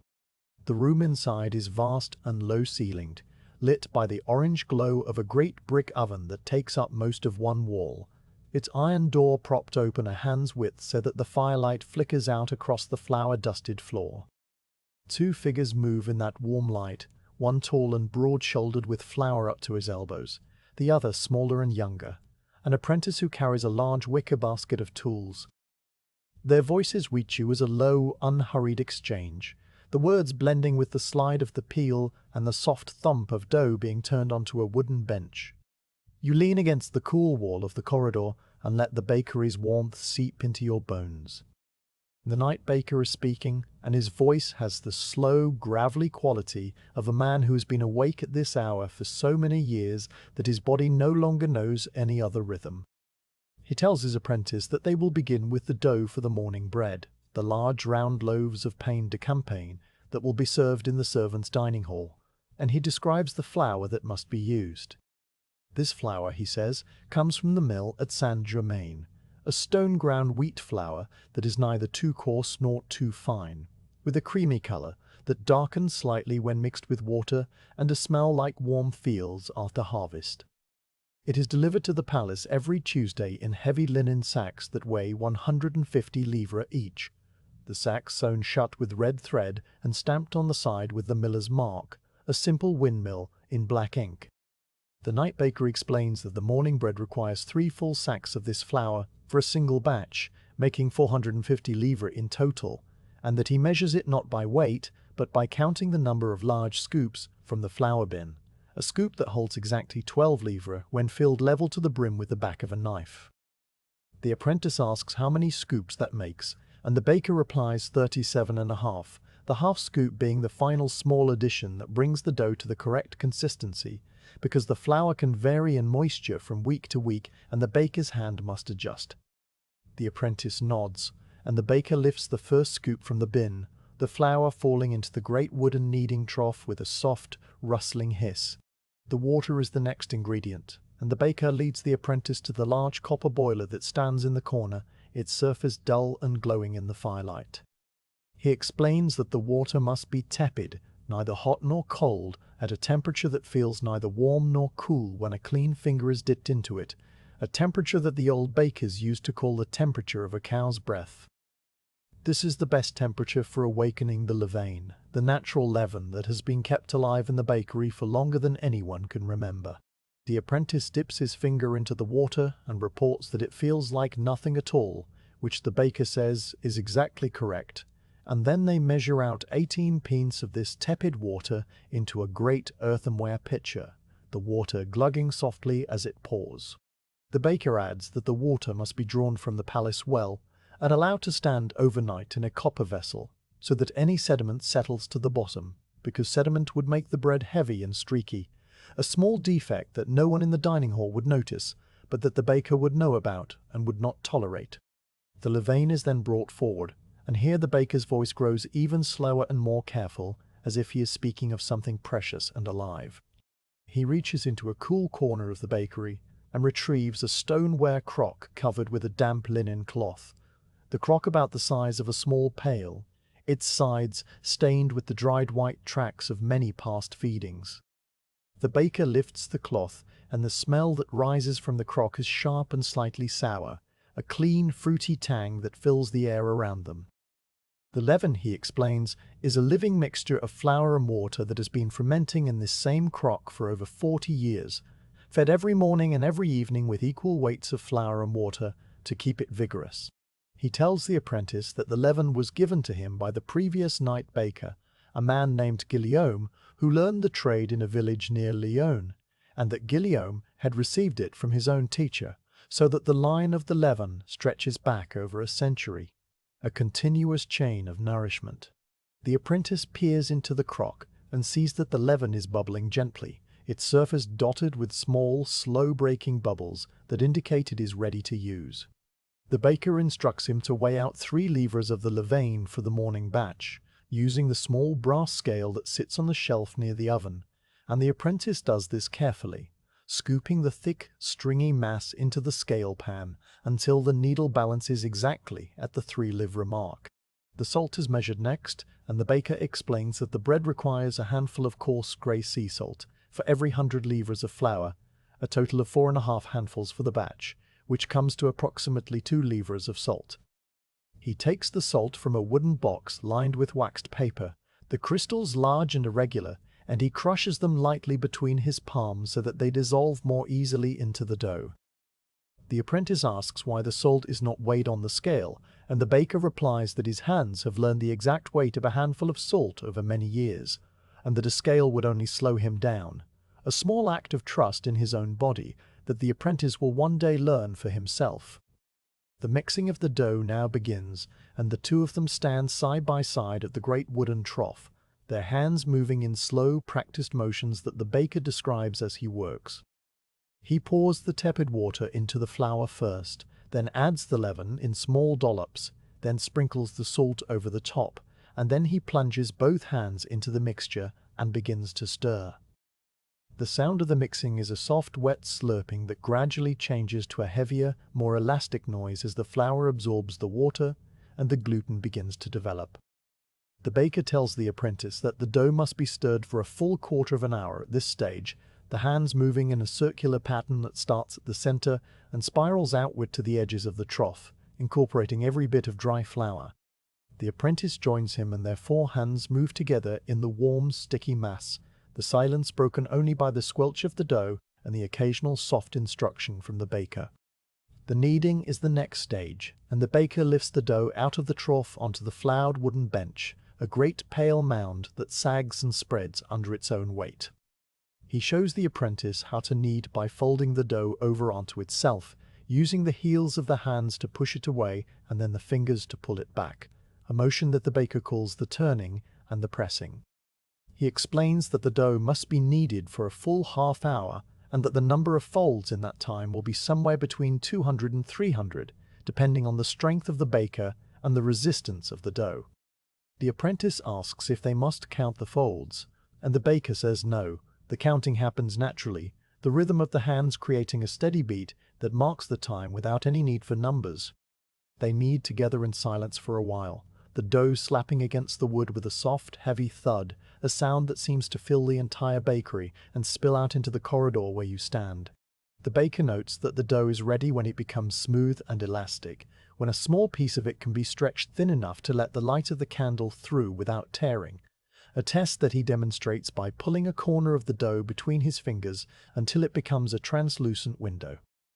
The apprentice tries and fails, the dough tearing almost immediately, and the baker nods and tells him that the dough simply needs more kneading, that it will tell him when it is ready, and that one day he will feel the change in his hands without needing to test it at all.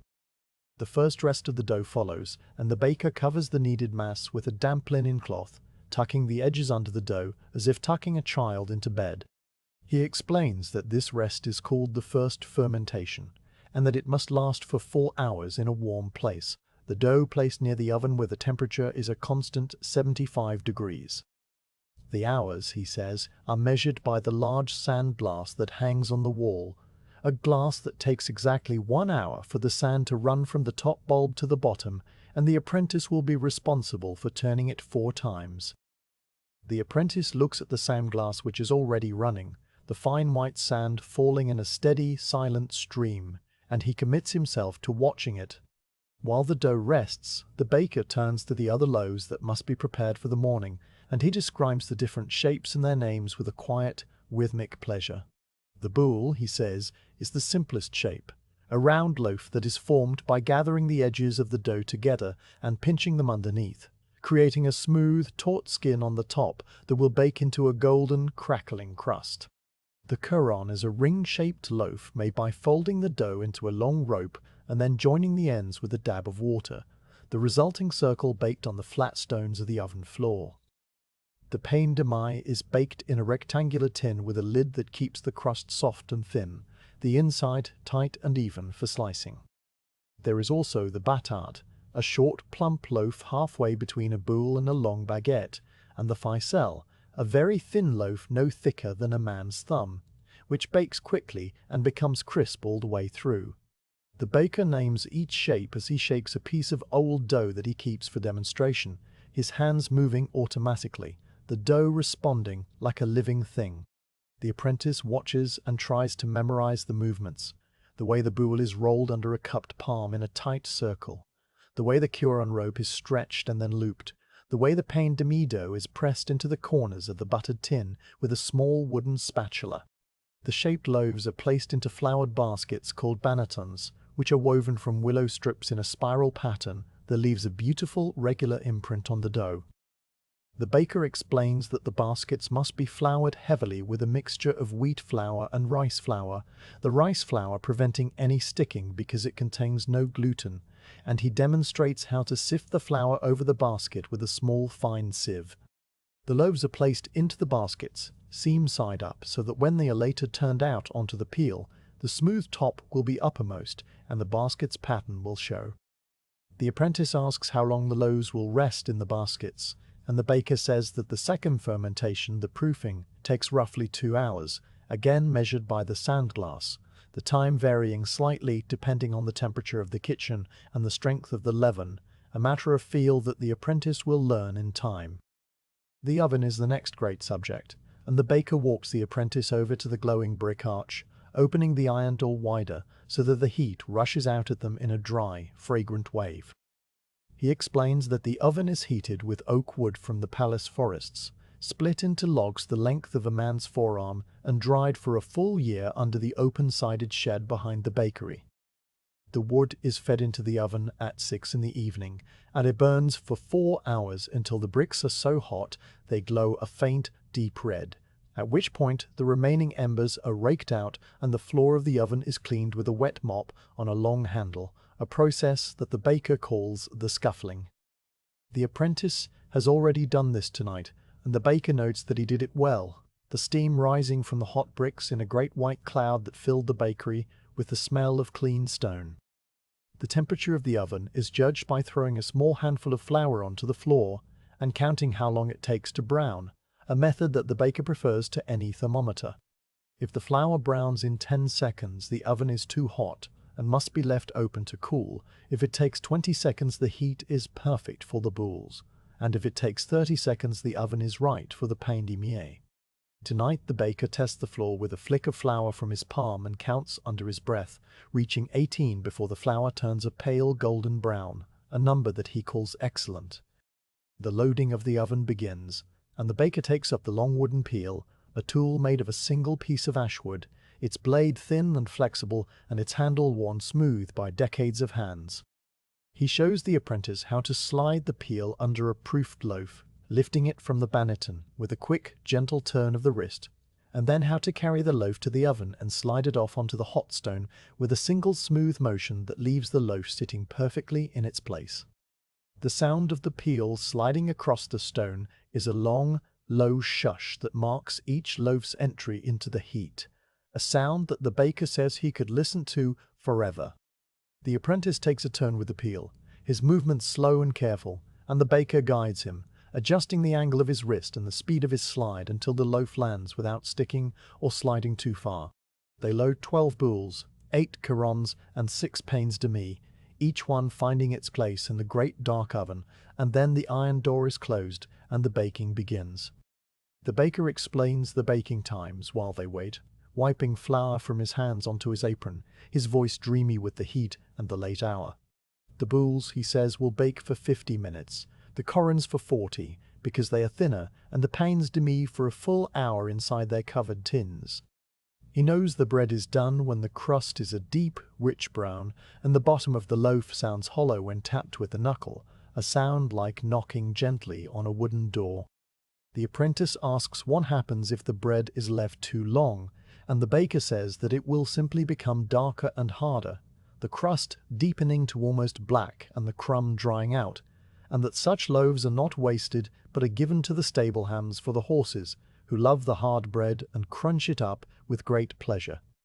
Nothing is wasted, he says. Not the stale loaves, not the flour dust swept from the floor and thrown to the chickens, not the water used to wash the trough, which is poured onto the herbs growing in the kitchen garden just outside the door. The smell of baking bread now begins to fill the bakery, a deep, warm, yeasty scent that wraps around you where you stand in the doorway and pulls at the edges of your awareness, making everything seem softer and further away. The baker and the apprentice sit down on a low wooden bench near the oven, their faces glowing in the firelight, and the baker begins to talk about the second batch of dough that will be mixed after this one comes out of the oven, the dough for the fine white rolls that are served at the royal table. He describes the flour for these rolls as a bolted flour, ground from the heart of the wheat kernel and sifted through silk screens until it is as fine and white as powdered chalk. And he says that the dough is enriched with fresh butter and milk, the butter churned that very morning in the palace dairy. The recipe is softer and more delicate, and the baker lists the proportions with a slow reverence: 50 livres of the fine flour, 10 livres of butter, 6 pints of warm milk, 12 eggs, and a smaller amount of leaven, because the enriched dough rises more quickly. The rolls will be shaped into small, tight knots and baked in a cooler part of the oven, and they will emerge with a soft, golden crust and a tender crumb that pulls apart in fluffy layers. The apprentice listens, his eyelids drooping, and the baker's voice drones on, as steady as the sand falling through the glass. The first loaves are ready, and the baker opens the oven door, the heat billowing out in a shimmering wave. Using the peel, he slides the balls out one by one, each loaf dark and crackling, and he sets them on a long wooden rack to cool. The sound of the cooling bread is a faint, irregular crackle as the crust contracts in the cooler air, a sound that the baker calls the song of the bread, a sign that it has been well made. He taps the bottom of a coron with his knuckle, and the hollow thump resonates through the quiet bakery, a satisfying note that makes him nod. The apprentice copies the motion on a pain de mie, lifting the hot tin with a folded cloth and wrapping the underside, producing the same hollow sound, and he smiles a small, sleepy smile. The night wears on, and the routine begins again for the next batch, the measuring and mixing and kneading, the same words repeated with slight variations, the same movements flowing through the warm air. The baker instructs the apprentice to feed the levain crock with a scoop of flour and a splash of water, stirring it into the existing mixture with a wooden spoon that stays in the crock between uses, its handle stained a deep, permanent brown. The leaven will bubble and rise overnight, ready for the next night's baking, a continuous cycle that never stops, a quiet heartbeat in the center of the sleeping palace.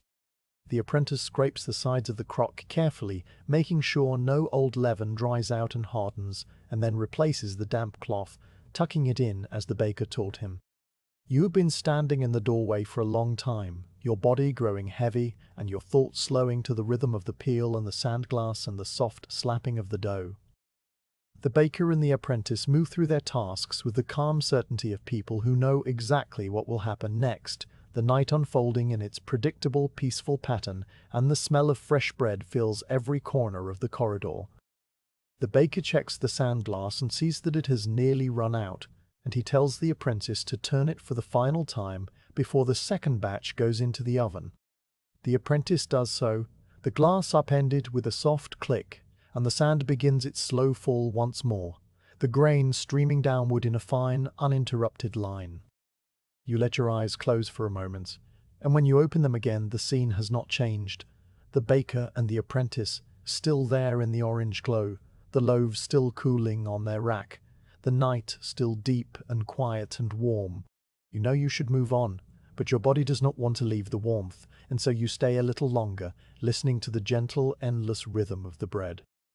You've climbed the last narrow stair and pushed open the low wooden door that leads to the servants' rooftop dormitory, and as you step inside, the air wraps around you with the gentle, lived-in warmth of many sleeping bodies. The room stretches away under the sloping eaves, a long attic space lined with 2 rows of narrow beds, each one covered with a plain grey blanket and a single flat pillow. Small dormer windows set into the roof show the first pale light of dawn touching the leads outside, a faint grey wash that has not yet gathered into colour, and the only sounds are the soft, regular breathing of the sleepers and the occasional creak of a timber settling in the cool air.